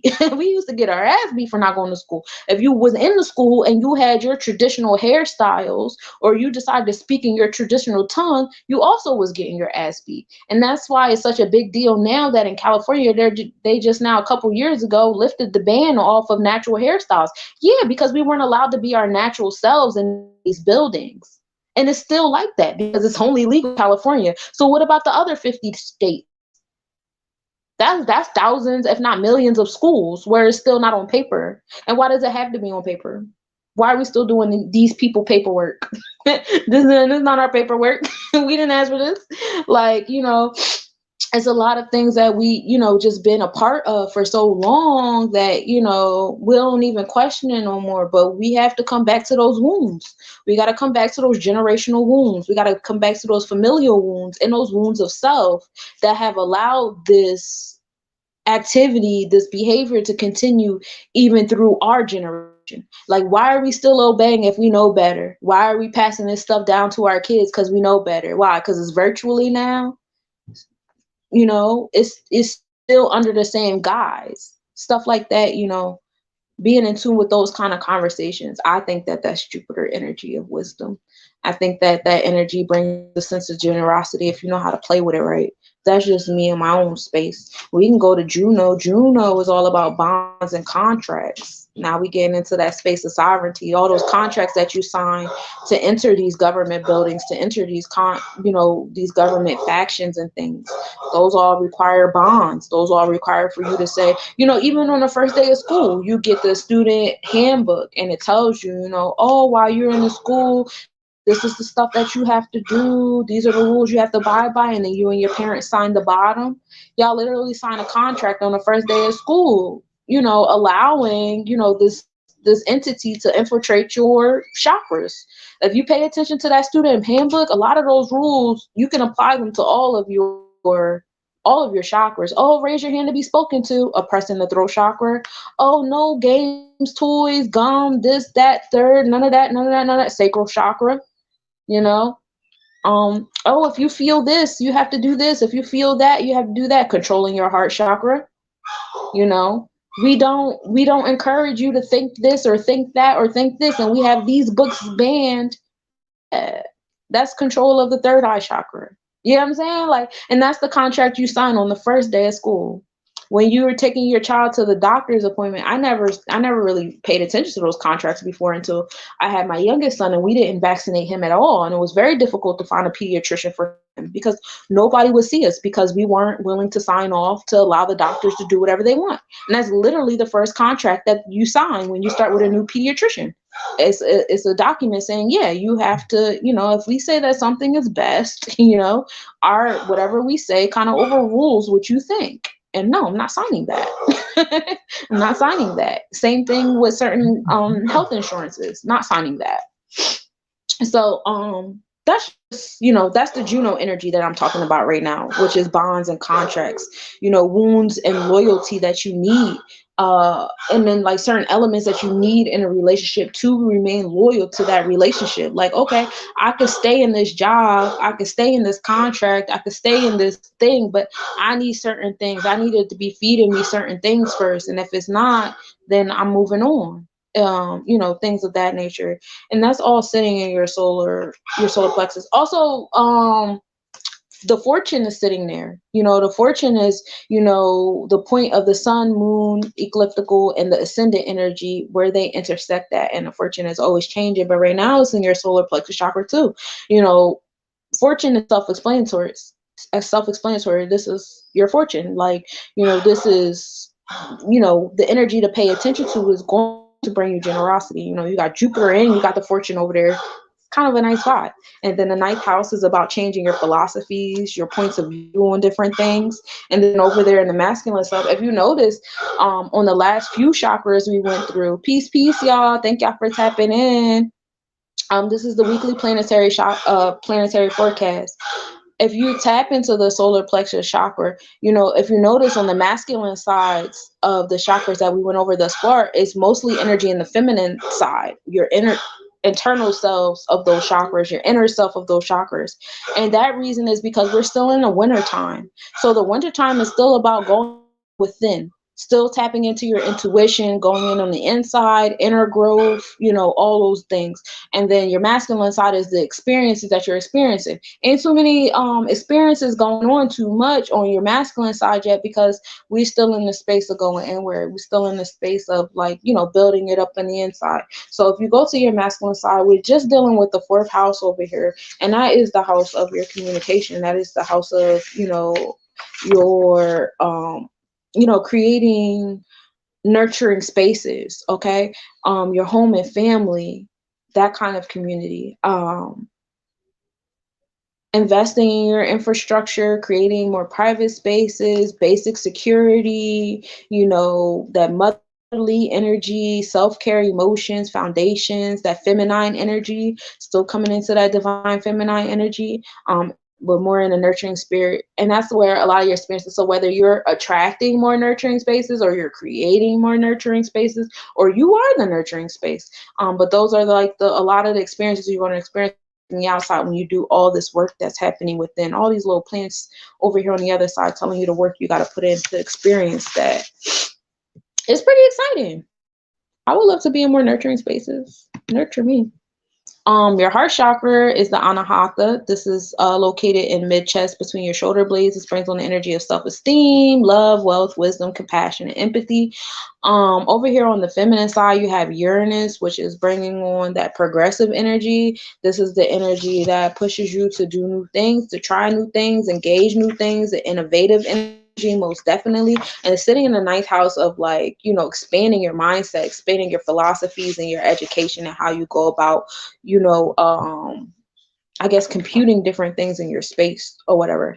And I love Uranus in this space because it brings on, your heart chakra, Oshun, if you will, is sitting in Pisces. So, your overall heart chakra is being, covered by spiritual energy. And if you haven't noticed, a lot of you guys have been moving in spirit when it comes to your feelings. I've had a lot of people come to me lately and be like, it's getting to the point where I can't ignore myself no more. Like my inner voices are getting a whole lot louder than what's going on outside of me and around me. And I get that. And as it should, because Venus, your emotions are sitting in your spiritual self. Okay. And that's going towards the seventh house of balance. A lot of things you have been doing have been out of balance. A lot of energy within self. Also, the desire to bring balance to all your chakras, bring balance to your peace, your intuition. It's just this very strong desire to just have balance. Okay. And Uranus sitting over there and your Oshun energy is assisting in that way as well, just creating that balance for you, updating your mindset, innovating your mindset. Oshun also deals with not just love or like romantic love, but also familial love, friendship love, love that you experience in your business partnerships or endeavors. Also, your sense of self-worth, your self-esteem, okay? Also monies, wealth, material ownership, material possessions, Oshun rules all of that. So you're feeling a sense of innovation to your material possessions. Certain things that you used to prioritize, you don't prioritize anymore. Certain things that seem fun or fall in love with, you don't feel that anymore. A lot of addictions, because Venusian energy can also deal with addictions just as much as Jupiter energy. But when there's an imbalance in the heart chakra, when something makes you feel good too much, as like a big example will be eating. We can be emotional eaters. When you're sad, you eat. When you're happy, you eat. When you want to celebrate, you eat. When you're angry, you're eating. Everything brings on that energy of eating. But that desire to have that balance is going to let you know, hey, you're eating too much. You should want better. You're going to eat different things, etc., etc. And that's what Uranus is going to do for us. Is creating that innovative energy. And Uranus is going to remain in Oshun until April 26, 2026. So 2026 is a really good year. We're going to have some really big planetary shifts in 2026. But yeah, that energy is staying there, and it's been in that energy since March 15th, 2019, which is very interesting because that was around a time where we went into quarantine, and it was a very big and innovative shift in our materials and our sense of beauty. A lot of things we were able to experience because Venusian energy is also about sensuality, your five senses being, satisfied. So we shifted from physical sensuality to virtual sensuality. A lot of our senses were being fulfilled in the virtual universe. So we dealt with that transformation. Then we dealt with the transformation of monetary funds, whereas like a lot of bills were canceled. It opened up to our mindsets to the fact that y'all could have been did this. Y'all could have been, discontinued a lot of these bills or created some sort of like forgiveness or whatever. God just choose not to. So it was like that whole, eye-opening situation. Then we went to what, like 4 or 5 different cryptocurrencies to now having like hundreds of cryptocurrencies. It depends on what area you're in, to like going to the point where like now banks are trying to figure out how to control cryptocurrency so that they can get their piece in, and a lot of things. Then we had the I don't even know what they're called, but those little things that they were trying to turn everybody's artwork into, but that was a coin as well. All the different coins. I'm not really too versed in the cryptocurrency world. I know it's the currency of the future. I don't care. you know um I'm in the present. And you have all that energy that's been going on since Uranus has been in Oshun. And so I'm just very excited for, the more innovations and progressiveness that Uranus is going to bring us in this Oshun energy, especially with like the banks over here plotting, and every time they plot, the humans are plotting, and everybody's just playing chess with each other right now. The true note is also over here. The true note is the pathway to your destiny. Y'all tapping into y'all emotions, y'all feelings about certain things. Letting your heart take the wheel is a big deal. The 10th house is over here in Oshun as well, also calling you to, tap into your emotions. Listen to how you feel about things. Let your feelings, guide the way with certain things, because it's going to bring you to a space of success. It's bringing you to a space of aspirations and achievements and stuff. And, just trust your feelings. They were given to you for a reason. We have been taught and indoctrinated to move against our feelings, to feel, oh, get out your feelings, get your head out your feelings, get out your, you're emotional. That's a woman trait. You being real female right now. Da, da, da, da. Like, oh, that is so disgusting and dusty. And I really wish I would like really tap into this Uranus in your Oshu. Like, I was talking to somebody about this, a few days ago. Like, your brain can be manipulated. Your brain is so easy to be manipulated. I've been learning how to manipulate people's brains since I was in high school. I've always been interested in psychology and neuroscience. I remember my senior year, I wrote like a 20-something page on neurons and neuroscience and neurotransmitter. Fucking fascinating how easy it is to control your brain. And if I know a lot, I know people that have been studying this for decades know an awful lot. And I've, only been studying this stuff since like 2006. And, knowing how easy it is to manipulate people's brains is not as easy to manipulate people's feelings, because your feelings are still in tune with who you've always been since a child. You still have the same emotional outbursts and triggers and stuff that you've had, throughout your life, which is why a lot of you guys are out here trying to heal emotional traumas. People are like, oh, I grew up in love and not survival, or I grew up in vice versa, or I grew up. Yeah, those are your emotions. Those things cannot be manipulated. They cannot be created or destroyed. That is you. I can manipulate your brain, but can't nobody manipulate your heart. And that's why during your adult phase of life, you find yourself moving against your emotions a lot. Like, I don't feel like this, but I know I got to do something anyway. I know, da da da. And then you feed into a lot of these movies and these books and these television shows where you're watching people do what they know to do, regardless of how they feel. And then you watch certain movies and stuff like that where the woman actually allows her emotions to lead the way. She ends up being psychotic or in jail or some crazy. But that's all indoctrination. That's all to teach you to not trust your feelings. But your feelings are the most pure thing that you have on you right now, is your feelings. Because your mind thinks a lot of shit that doesn't belong to you. Your mind thinks in movie quotes. There's a lot of stuff that you say. It's a lot of jokes that you tell that don't belong to you. They belong to some TV script somewhere, or some musician wrote them down on a piece of paper or something like that. And now they've been indoctrinated within you because you've seen it or heard it so much, you know? But your emotions stay the same. Your emotions are already know, like, we're not really with this shit. We're not really with that shit. And if you find yourself, thinking and moving against your emotions with your thoughts, like, it's probably like a really difficult tug of war going on within you. And praises be, because I know how it feels. I go back and forth with a lot of what I know versus how I feel. Me being, a healer, I listen to a lot of people's stories about them going against what they feel because of what they know. And it's really sad. But yeah, healing to all of you guys, and learn how to, listen to your emotions, because your emotions, they do have a very big, strong pull. And over here, on as far as your experiences go, now we're finally getting into a space of heavy masculine energy.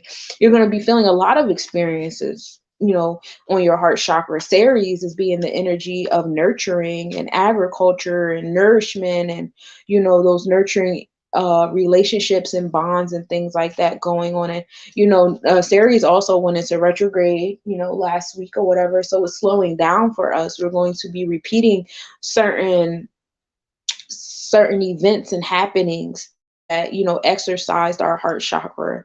So a lot of those feelings versus knowledge happenings may start happening again, and you're like, dang, I thought I made this is just an opportunity to either make the same decision again or make a new decision. It's really up to you. We also have the third house over here in our experiences, so a lot of that is going towards like your communication, your community, your neighbors, your siblings, your parents. A lot of those bonds is where a lot of this experience will be experiencing.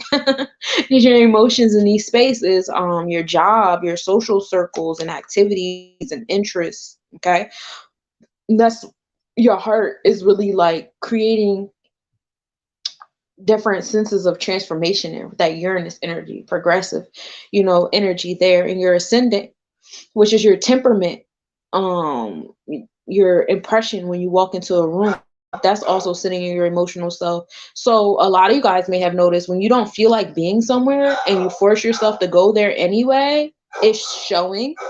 People can feel it, they're absorbing it, they're applying it, they're exercising it, all that different stuff. Also with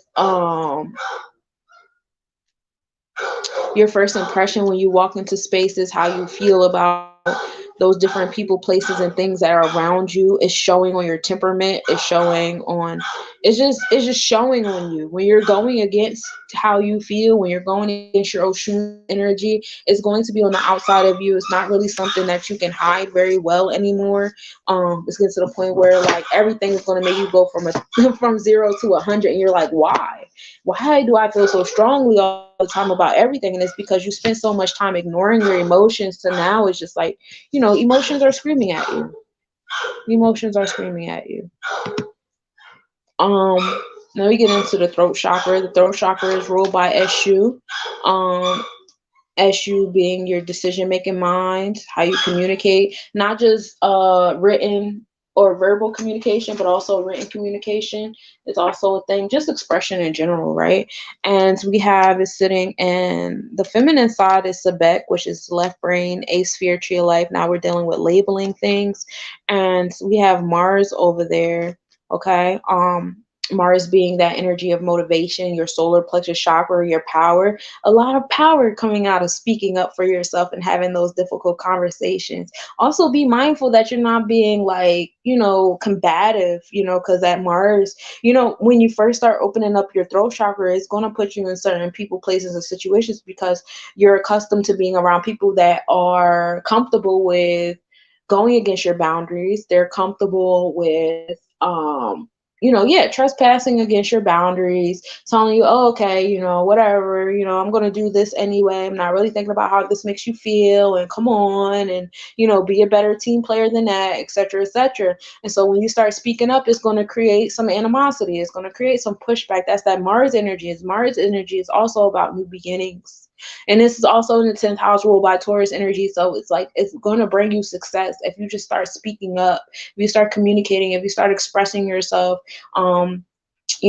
Take your power back in certain people, places, things, and situations, and communicate them things. Also, not just communication, but also decision making. How you keep going through like the same patterns over and over again, and just learning how to remove yourself from certain patterns and stuff like that is a big thing. Okay.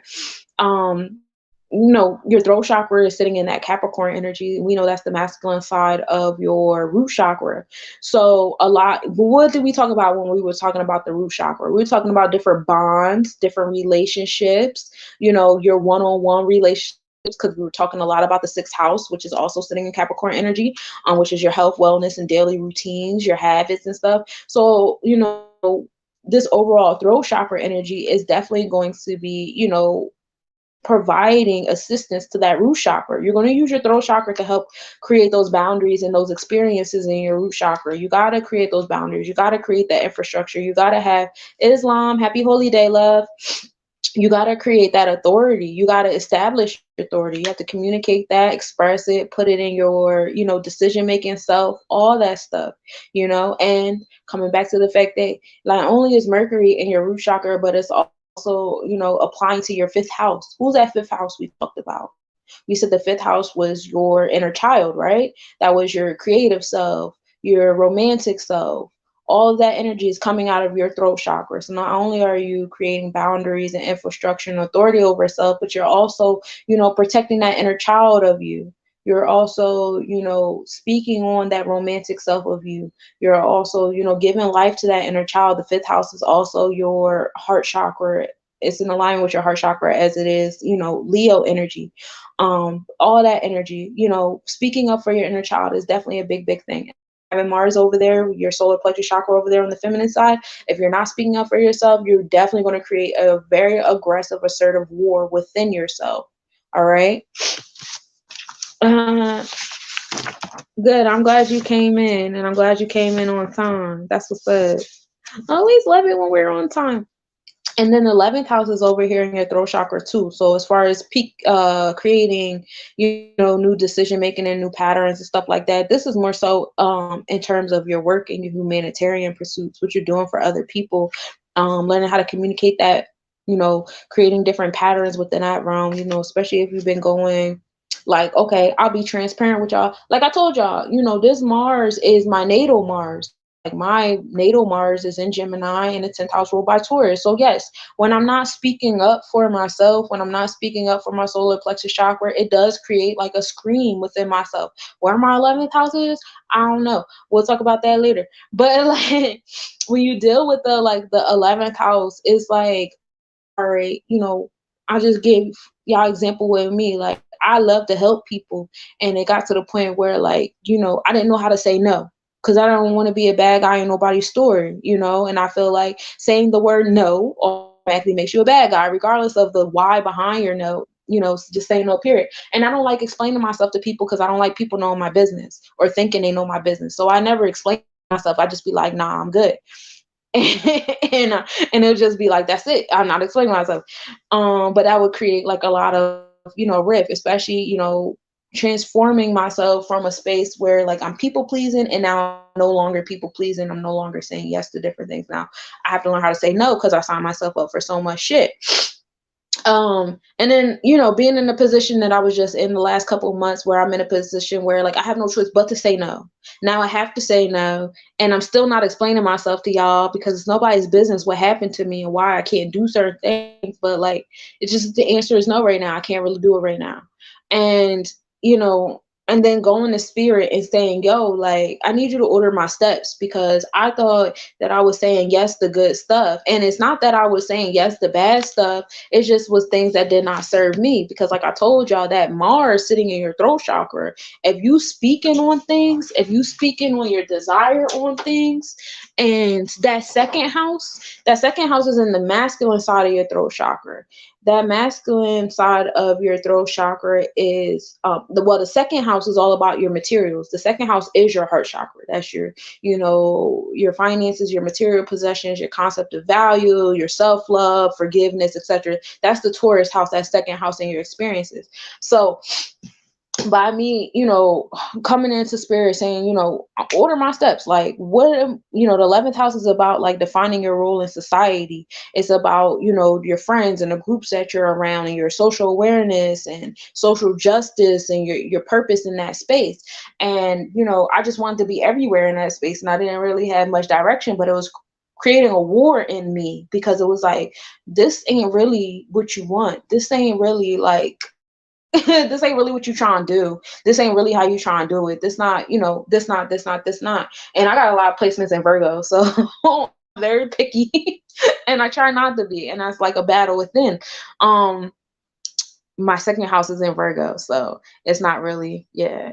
I got a lot of placements over there in that masculine side of my throat chakra, and you know, just having those kind of conversations, because when you find yourself going against that 11th house, and again reminding you that 11th house is humanitarian pursuits, that 11th house is, your revolutionary ideas, it's your social group, your friends, your social awareness and all that stuff like that. If you find yourself going against that energy, it's definitely going to trigger that Mars in yourself, and you're going to get those little pieces. And even though you feel like, oh, I'm doing the right thing, you might not be totally doing that right thing. What do I need assistance with? I don't really need assistance with anything at the moment.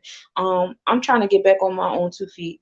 That's all I want to do. I just want to build myself back up. I don't really want to reach out to anybody for help right now. Um, yeah, I'm not really in that space at the moment. And then, but yeah, that's what I got for you for your throat chakras. It's like you're really speaking up for the boundaries and stuff that you're supposed to be having, creating those boundaries and things. Like really speaking up for your inner child and, your root chakra and stuff that you're supposed to be having, and it's assisting you. And that's what I got for that. As far as your third eye goes, the third eye is your commander beyond wisdom, and it's located between the eyebrows. This is polarity, your inner outer self, intuition.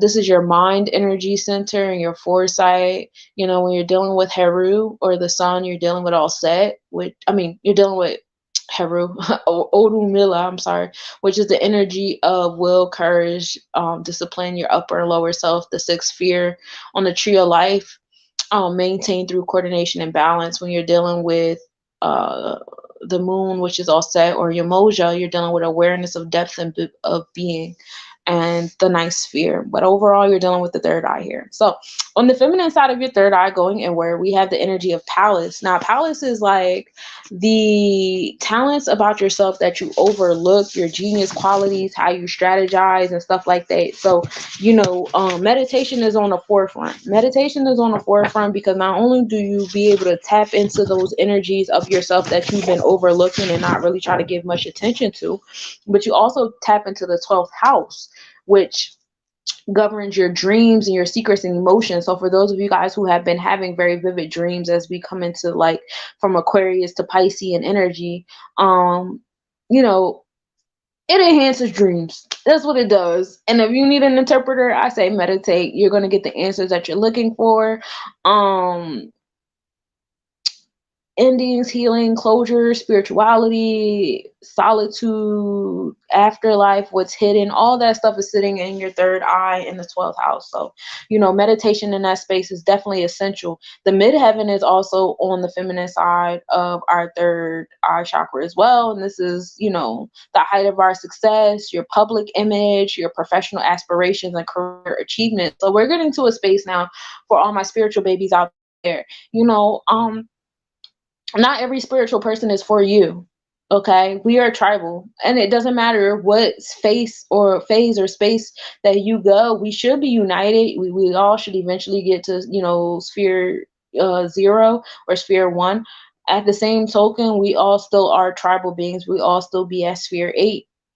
And so when you get to the midheaven house, tapping into, your third eye chakra, you learn that, not every spiritual being, not every spiritual phase is where you're at for your whole time of being.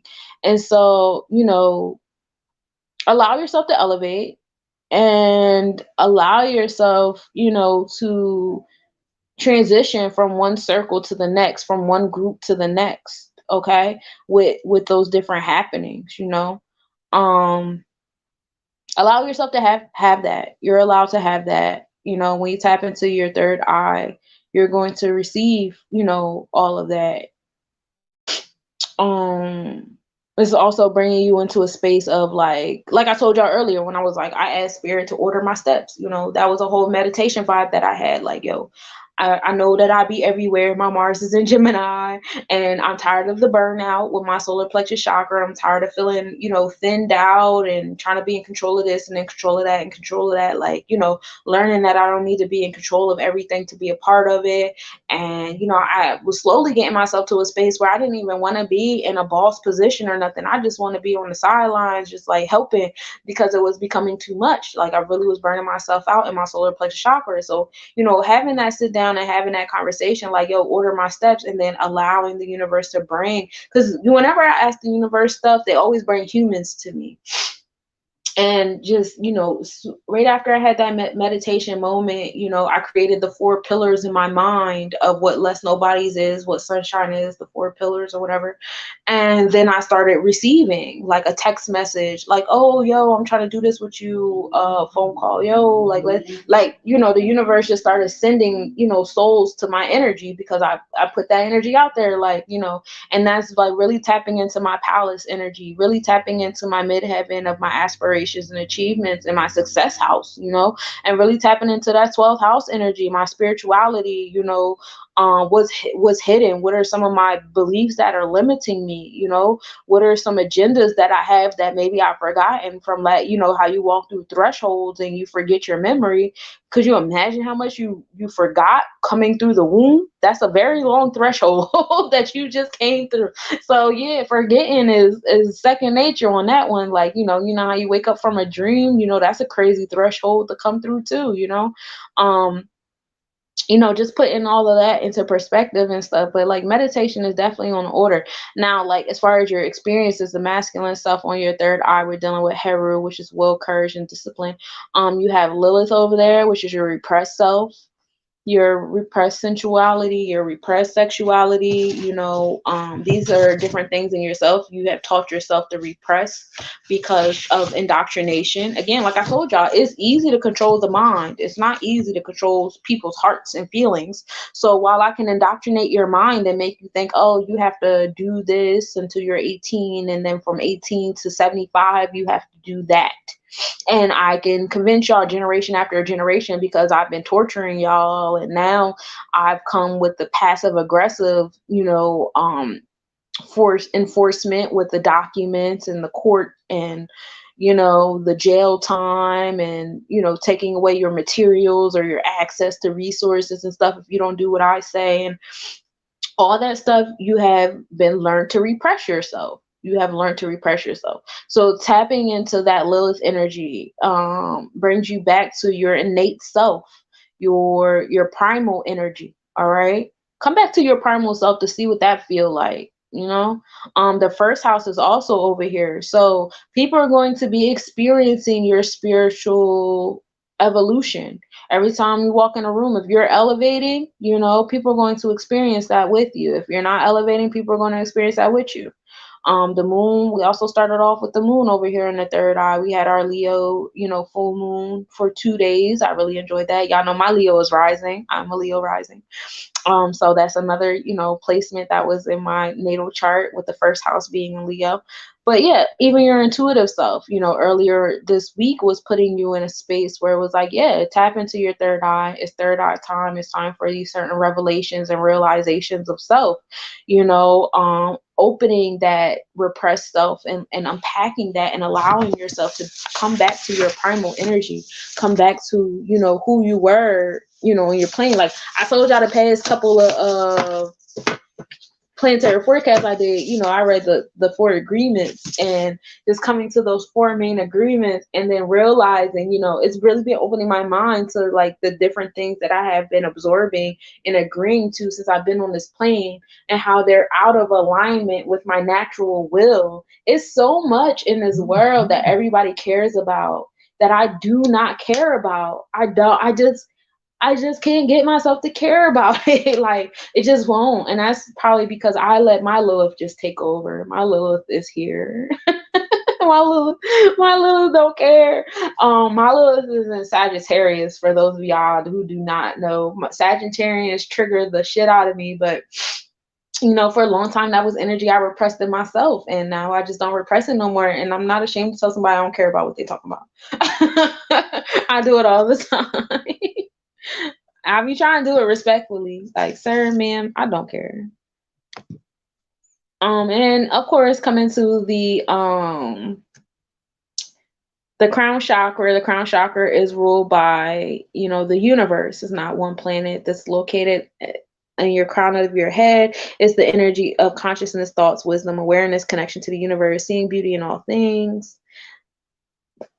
And this is our comet friend.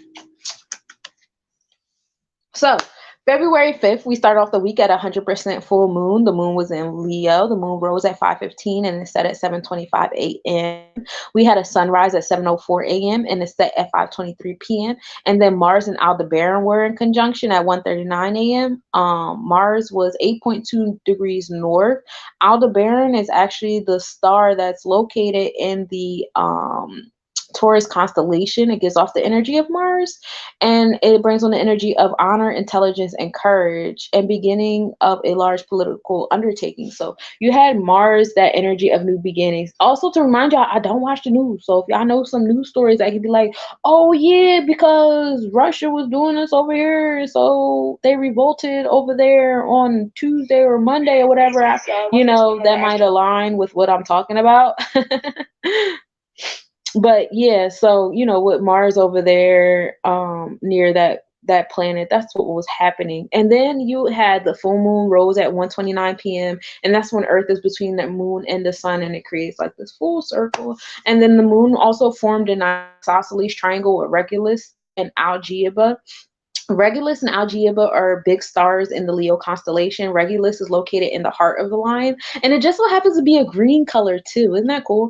And then Algeba is located in the forehead of the lion. So if anybody had been feeling, Monday and Tuesday, I definitely was in my inner child bag. I'm a Leo rising. My Jupiter is also in Leo, and if you get into the Vedic chart of mine, I'm actually a Leo stellium.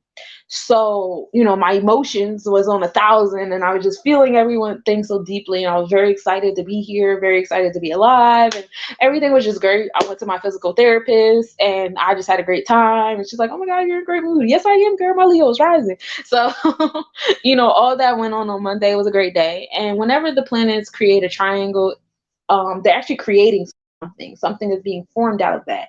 Now with Regulus and Algeba, these are royal stars, so they're bringing on an energy of riches and glory and power. So if you guys are in the space, like, I'm a manifester. Sometimes I forget that I'm a manifester, but I really had to watch my words on Monday or Tuesday, because everything I was saying was really coming to fruition. That is a whole thing.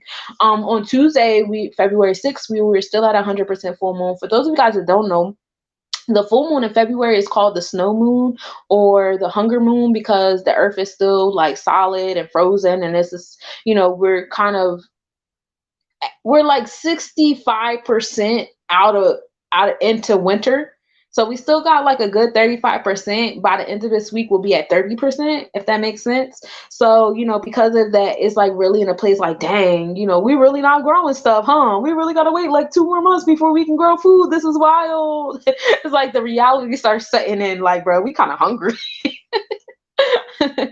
But the earth is still kind of hard, and it's kind of hard to break through the soil because it's still cold, it's still winter time and all that stuff like that. So that's why this is called the hunger moon or snow moon. The moon rose at 6:17 p.m. and it set at 7:53 a.m. It was still in the Leo zodiac energy, so that's pretty cool. The sun rose at 7:03 a.m. and then it set at 5:24 p.m. The moon and Regulus were in conjunction at 1:15 p.m. The moon was 3.7 degrees north. Minimal angle occurred at 2:47 p.m. with the moon 3.6 degrees north-northeast, and we were able to observe that at 6:47 p.m. with a 4.3 degree northeast separation. The ascendant also entered Libra energy on February 6th as well, and that was pretty cool because now your temperament has moved from that meticulous, paying attention to detail and servitude energy of Virgo to now like utilizing all those details and all that analytical information and stuff like that, and moving it over to like balancing the scales and creating balance and fairness and stuff in your temperament. So that's pretty cool. If you guys felt that shift, it probably was like a sudden shift or a certain kind of conversation that led to you balancing certain relationships and certain bonds that you have going on. February 7th, we started the day off at a 98% waning gibbous moon. The moon rose at 7:19 p.m. and it set at 8:18 a.m. We were in the Virgo zodiac energy. The sun rose at 7:02 a.m. and then it set at 5:25 p.m. Ceres was stationary at 12:03 a.m. before it went into retrograde. So now we have that nourishment, nurturing energy of Ceres now going, into retrograde. Venus started approaching Neptune. So we have like a little shape forming, with Venus and Neptune, eventually meet Venus and Jupiter. So just keep your eyes out for Venus because she moving. But with Venus and Neptune, being within 10 degrees of one another is definitely creating like a nice subconscious vibe to like your self-esteem, your sense of self-worth, your priorities. Let spirit speak to you and talk to you about like different priorities, different things to take off your list of things to do, different things to put on your list of things to do, especially as our Kundalini starts to rise, as we start to enter, spring and we're getting more sunlight and stuff like that. As we rise, we want to rise better. We don't want to rise the same way we rise every other summer where we have all this shallow goals and shallow aspirations and stuff that don't really serve us. So allow those transformations to occur for you. All right. But definitely tapping into, that Oshun energy for that. That alignment between Oshun and Neptune vibes I like it. I think of like feeling really good doing spiritual stuff. If I could like say it in layman's terms, you're gonna feel really good doing spiritual stuff. Like just breathe for like 24 hours. Just focus on breathe. Intentional breaths for a whole 24 to 48 hours. You're gonna feel great. I promise. Venus is also going to be the brightest in the sky, approaching Jupiter. March 2nd will be approaching Jupiter energy, bringing that generosity, luck, and wisdom now with your Oshun energy. Also on February 7th, Mercury entered the Capricorn constellation. So we officially have Mercury in the Capricorn constellation. We know that the constellations deal with the Vedic chart, and now we're dealing with your emotions, the expression of your emotional self. Is talking about root chakra experiences, whether there be people that trespassed against your root chakra, different boundaries and foundations and things you want to put in your root chakra, all of that. And that occurred around 1 a.m. February 8th, we had a 94% waning gibbous moon. The moon rise at 8:20 p.m. to 8:40 a.m. Now we're in a Virgo zodiac energy still. The sun rise at 7:01 a.m. and then it's set at 5:25 p.m. The Centauride meteor shower was at its peak from January 28th to February 21st, and it's coming from the Centaurus constellation, and that's like the mythological creature, bring kind of like Sagittarian energy of adventure and exploration and traveling and expanding your philosophies or your mindset because it is a mythological creature. The equilateral winter triangle starts with the moon in the lower left, Sirius at the bottom, and then Betelgeuse on the other side. Those three stars. Well, yeah. Actually, it was located the lower left of the moon. I'm sorry. So you had the moon, and then to the lower left of it, you had Sirius at the lowest, then Betelgeuse, then Procyon. So, Sirius star is the star that brings on the energy of truthfulness and balance and justice and things of that nature.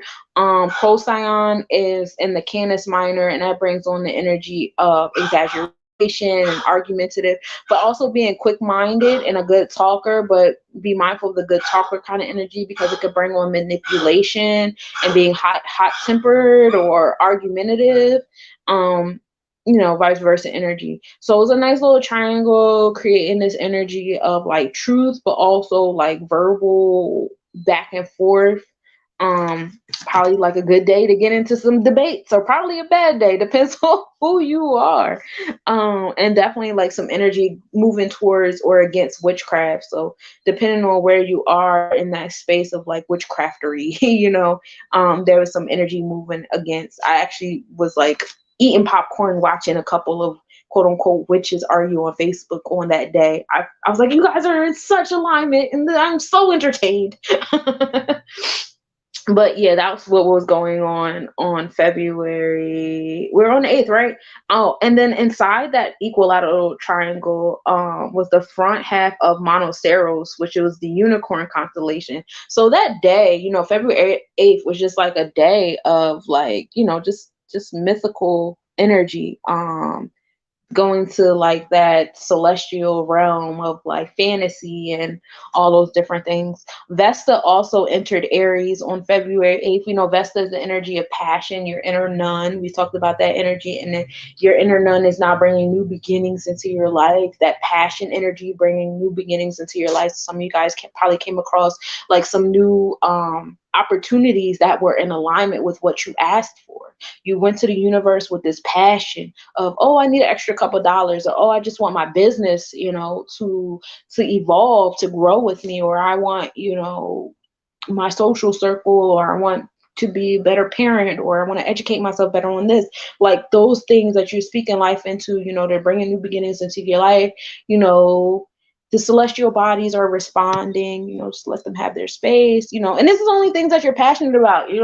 If you are speaking things and your emotions and your soul ain't in alignment, you're not going to get the response that you're looking for. You have to, really be intentional with that. And this is just a nice little pathway of the moon from February 8th to the 10th, as I read through these dates.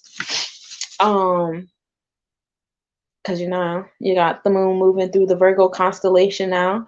On February 9th, we're at an 89% waning gibbous moon. So now we've moved from the moon of celebration to now we're in the moon of retribution. So as a moon is waning and getting rid of things, during this phase of the moon, we're actually getting rid of tangible items that no longer serve us, items that are in the way, distractions, paying attention to all the things that get in your space, of you doing things, of you getting things done and stuff like that. Is very important. Journal it or write it on some piece of paper and burn that bitch. No more distractions. The moon rules at 9:21 p.m. and is set at 9:01 a.m. We're in Virgo. Constellation and zodiac energy. We're in both of them. The sun rose at 6:59 a.m. and then it's set at 5:27 p.m. The moon in Parima, we're in minimal angle at 10:17 p.m. with the moon 0.7 degrees south southwest, and then conjunction at 11:17 p.m. with the moon 0.9 degrees south. The last time we went through this pattern was January 15th. So, it's been about almost 30 days, so you either are going through a new cycle or you're completing this cycle with moon in Parima, which is your intuition, sitting in that energy of prophecy. Some of those things that you've been predicting or something, you might be bringing some of those predictions to a close, or you might be opening yourself up to new predictions. Also, it's a good space to get into plant medicine and paying attention to that realm, because that is the Venus and Mercurian energy that star actually brings forth, is plant medicine. February 10th, which is today, we're in 82% waning gibbous moon, still in that moon of retribution, of getting rid of all things in the physical realm. The moon will be rising at 10:23 p.m. and will be setting at 9:22 a.m. We are now in the Libra zodiac energy. The sun rose this morning at 6:58 a.m. and then it's set at 5:29 p.m. The moon and Spica are in conjunction at 10:31 p.m. The moon will be 3.3 degrees north.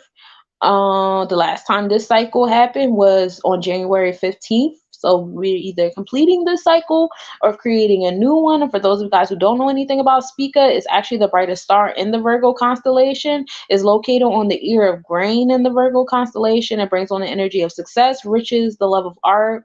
That still bringing on that energy of Venus and Mars. A lot of the stars in the Virgo constellation have the energy of Venus and Mars, or Mercury and Venus. So now we're moving away from like that Mercury vibe of communication and moving more to that Mars vibe of like, you know how when you have to repeat yourself to somebody and like the third time you have to repeat yourself, now you're not saying anything nicely. So that's what we have transcended to from from Parima to Spica. We have gone from saying something nicely and calmly to, what the fuck did I just tell you? So that's that vibe that's happening between those two stars. But this energy is all about love and curing the sick. So we went from the energy of plant medicine to curing. That's another vibe to bring from one space to another. So for those of you guys who are getting into herbal medicine, it's definitely time to start planning out your gardens between today and tomorrow, because the moon will still be around Spica. The comet C 2022 E3 ZTF is passing the North Celestial Pole and passing close by Mars around 7 a.m. Eastern Standard Time. There's also a AM visibility of 96 McCalls, which is a comet. So we'll see both of our comets, this morning if you were around. Tomorrow, February 11th, we're at a 73% Juan and Gibbous moon, still in that moon of retribution, of doing away with things that no longer serve us, which is very exciting. The moon will rise at 11:28 p.m. and will be setting at 9:44 a.m. We're still in that Libra zodiac energy. The sun is going to rise at 6:57 a.m. and will be setting at 5:30 p.m. The moon in Spica will be at minimal angle at 3:22 a.m. The moon will be 2.7 degrees northeast. Again, the last time we went through this cycle was January 15th. So you're either opening or closing the cycle of, your artist self, curing yourself or curing someone else. And again, this is coming from the Parima energy of plant medicine. The solar time minus the watch time will reach negative 14 minutes and 13 seconds. So there will be a late sun transit around 12:13 p.m. tomorrow. The W of the Cassiopeia constellation will begin shining at nightfall, and it will be located northwest in the sky. Pleiades will be visible starting 8 p.m. This is an open star cluster located in the Taurus constellation. It brings on the energy of sorrow, the seven sisters of sorrow. How you cope with sorrow and things. I would really tap into my Chiron with that energy as well, as we, tap into our solar plexus and turn our wounds into superpowers. February 12th, we'll be at a 64% Juan and Gibbous moon, still getting rid of tangible items that no longer serve us. It's not really a set time for rising, but the moon will be setting at 10:09 a.m. We are now in the Scorpio zodiac energy. It gets real spicy and sexy around here, cuz the sun will rise at 6:56 a.m. and will be setting at 5:31 p.m. The moon is on descending node, so now you have the moon going beneath the sun ecliptical.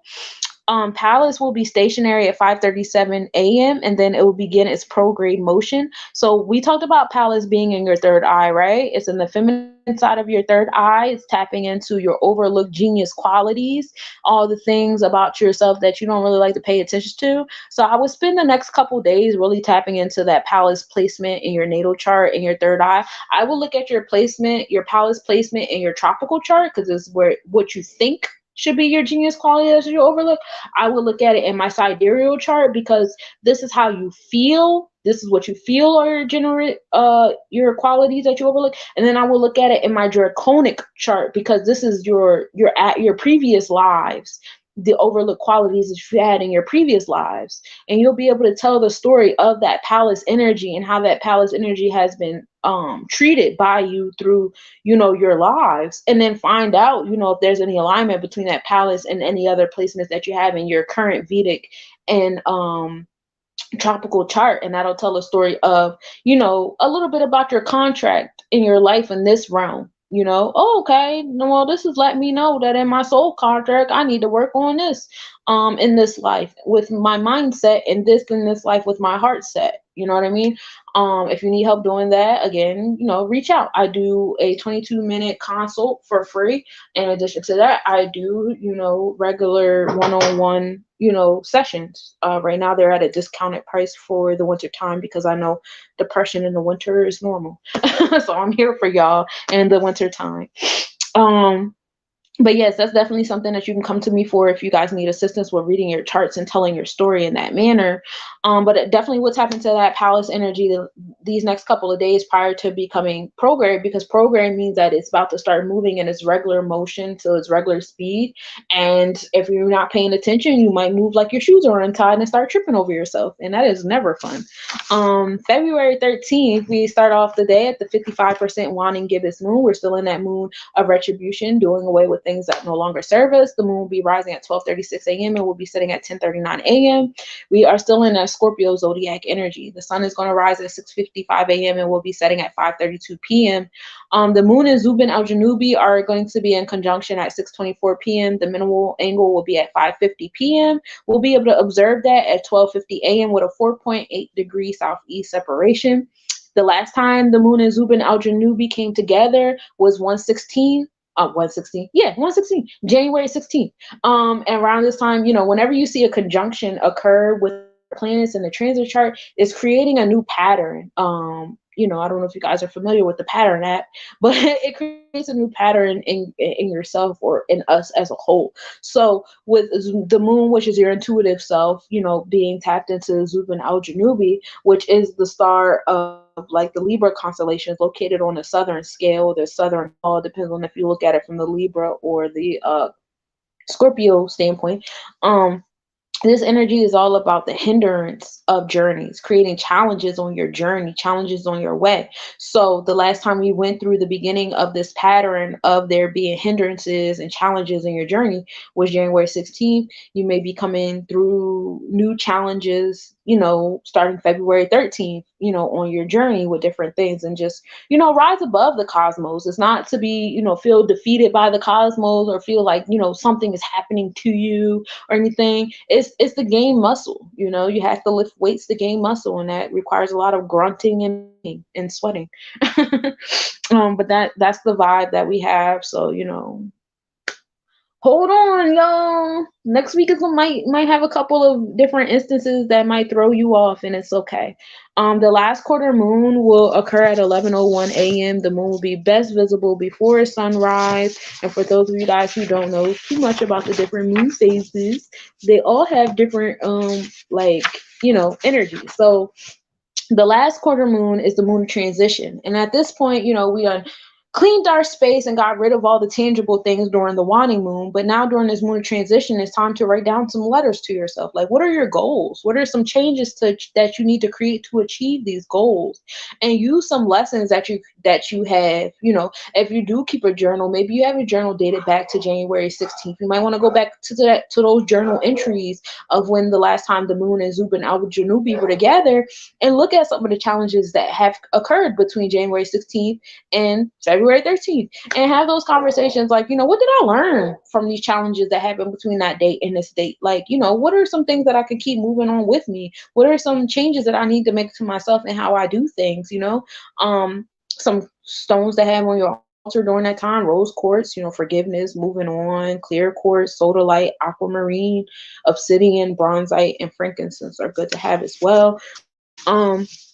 Also on this day, the west side of the moon will be tipped into view. The little science behind the 3/4 moon is actually ahead of the earth in rotation around the sun. So after 3.5 hours later, the earth will be in that same position that the moon is in at that time.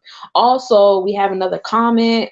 Pan-STAR C 2017 K12 will be its smallest distance to earth at 11:54 p.m.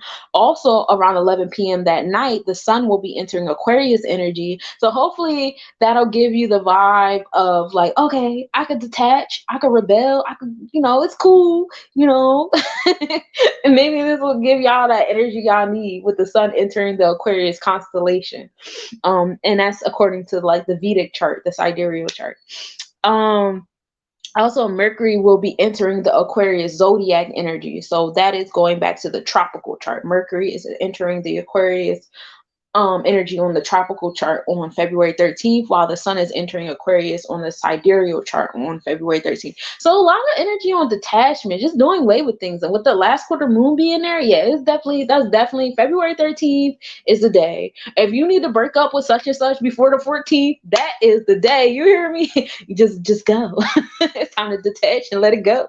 Um February 14th, we are at a 44% waning crescent moon. So now with the waning crescent moon, we're in the moon of cleansing. And this is the last phase of cycle before we get into the new moon, okay?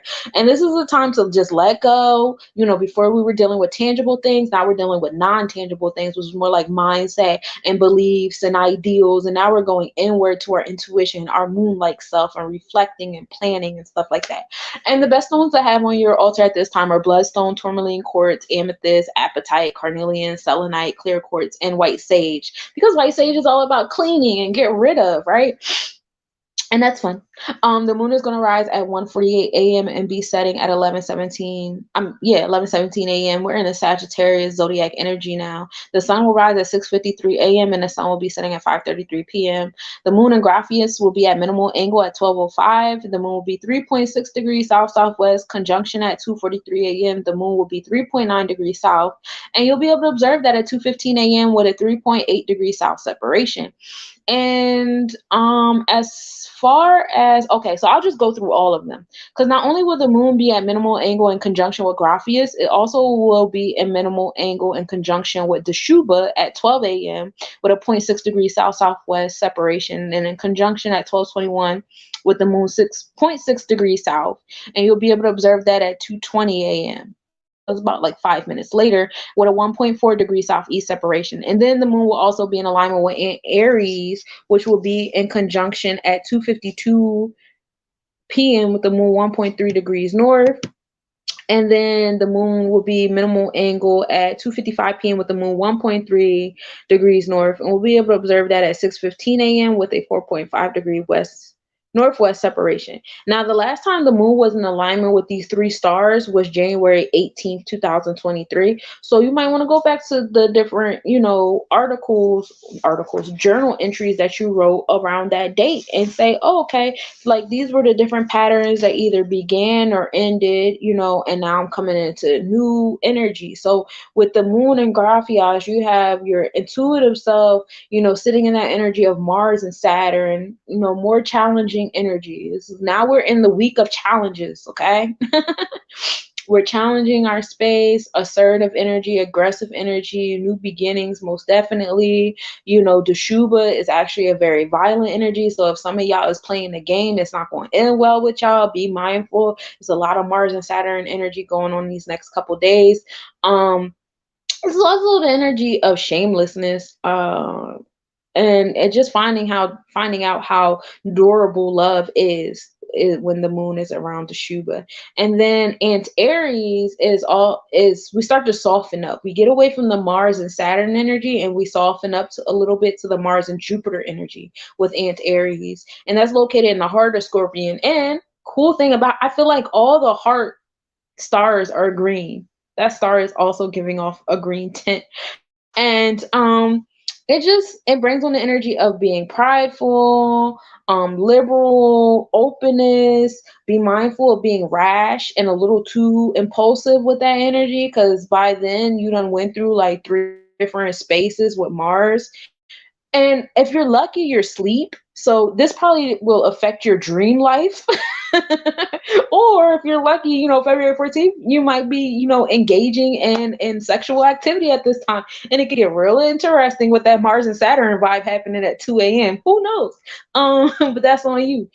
Um, Honestly, by the time you get to Mars and Jupiter, it starts to soften up. So for those of you guys who live life a lot through your dream life, that might be like, very aggressive, assertive dreams and stuff like that. I'm a daydreamer, but I'm not really like a dreamer. I'm not a dreamy person. I really like, I do have dreams. I do know when my dreams are, I know the difference between my dreams being a premonition versus them just being a dream, because it's a feeling I get when I wake up. It's like I'm still carrying the vibes, and that's how I know, oh shit, like this really about to happen. Because I dream my kids, I had dreams about my kids before they were here, and ever since like that, I use that as a ruler. Like, no, because this is the same dream I had when I had Zeke in my like, that's my ruler. But for those of you guys that tapped into your dreams, probably just like very heavy, very aggressive, warlike dreams, probably a little violent, especially if there's some like major changes in your life that you're afraid of experiencing, that you're not really trying to experience, and all that different stuff like that definitely coming to you. But that's what we got for that. You know, Venus will be passing Neptune, because we talked about Venus and Neptune being within 9 degrees of one another. And then after a while, Venus will be passing, you know, by Neptune, which is going to be very bright and beautiful, having both of those celestial beings so close to each other in the sky. It might be easier to see one without the other sometimes, because they're both so bright and white and blue.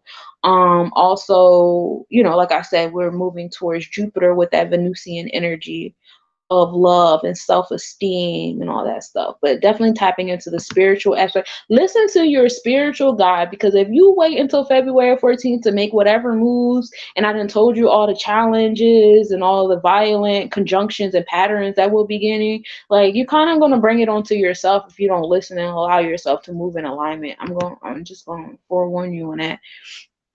Also, February 15th, we start off the day at a 32% waning crescent moon, still in that space of letting things go and asking ourselves what no longer serves us. We'll be starting the day off at 32%. The moon will be rising at 3 a.m. and setting at 12:04 p.m. We'll be in that Sagittarius zodiac energy. The sun is going to rise at 6:52 a.m. and it will be setting at 5:34 p.m. So, coming back, like between Monday, we started the week off with the sun rising at 7:03 and setting at 5:24. And by the time we end the week, we gained like 20 minutes of sunlight between Monday and next Wednesday. We'll be gaining another 22 minutes. Excuse me, I got the hiccups coming. But so that's fun. You know, I love 22 minutes. It's a good number. Mercury will be its longest distance to the sun. You know, we've been dealing with Mercury and its elongated angles for the past couple of weeks now, but that largest distance to the sun will be about 2:54 p.m. Be mindful, keep your decision making close and your ability to identify decisions even closer. Venus and Neptune will be in conjunction at 7:12 a.m. Venus will be 0 degrees, so they're literally right on top of each other. So Venus will be at 0 degrees, 52 minutes south. Minimal angle at 7:15 a.m. Venus will be at 0 degrees, 50 minutes south. And we'll be able to observe that at 6:45 p.m. with a 0.6 degree east-northeast separation. So they're literally going to be on top of each other on February 15th, which is going to bring a very like soft, you know, you get that very sassy energy, you know, February 13th, 14th. Then by the time we get to the 15th for Valentine's Day, when you're around your friends, it's time to soften up, you know, so you're you know, whether that's your side person day or your friendship day, it's definitely going to be a great time. Everything has softened up, everybody is softening up, you can cry, do whatever it is you need to do, but just being in the Scorpio Sagittarius zodiac constellation energy around those days, expect very extreme energy, very extreme emotional energy, obsession type energy, you know, for a lot of people that are starting to reach, you know, it's certain humans are glitching right now because we're removing certain patterns that they have become accustomed to, that they have learned to rely upon on all of their selves, not just their physical and financial, but also their emotional and spiritual well-being relies on a lot of the patterns that we are collectively doing away with. And, you know, Valentine's Day being one of them. So for those of you guys who are still in the realm of dating people that, you know, still, I don't really, the further I get in life, the less I feel like I need to like complete my sentences, just be mindful of that energy, because it could be at an extreme level right now, with people, holding on to certain patterns and stuff that no longer serve us.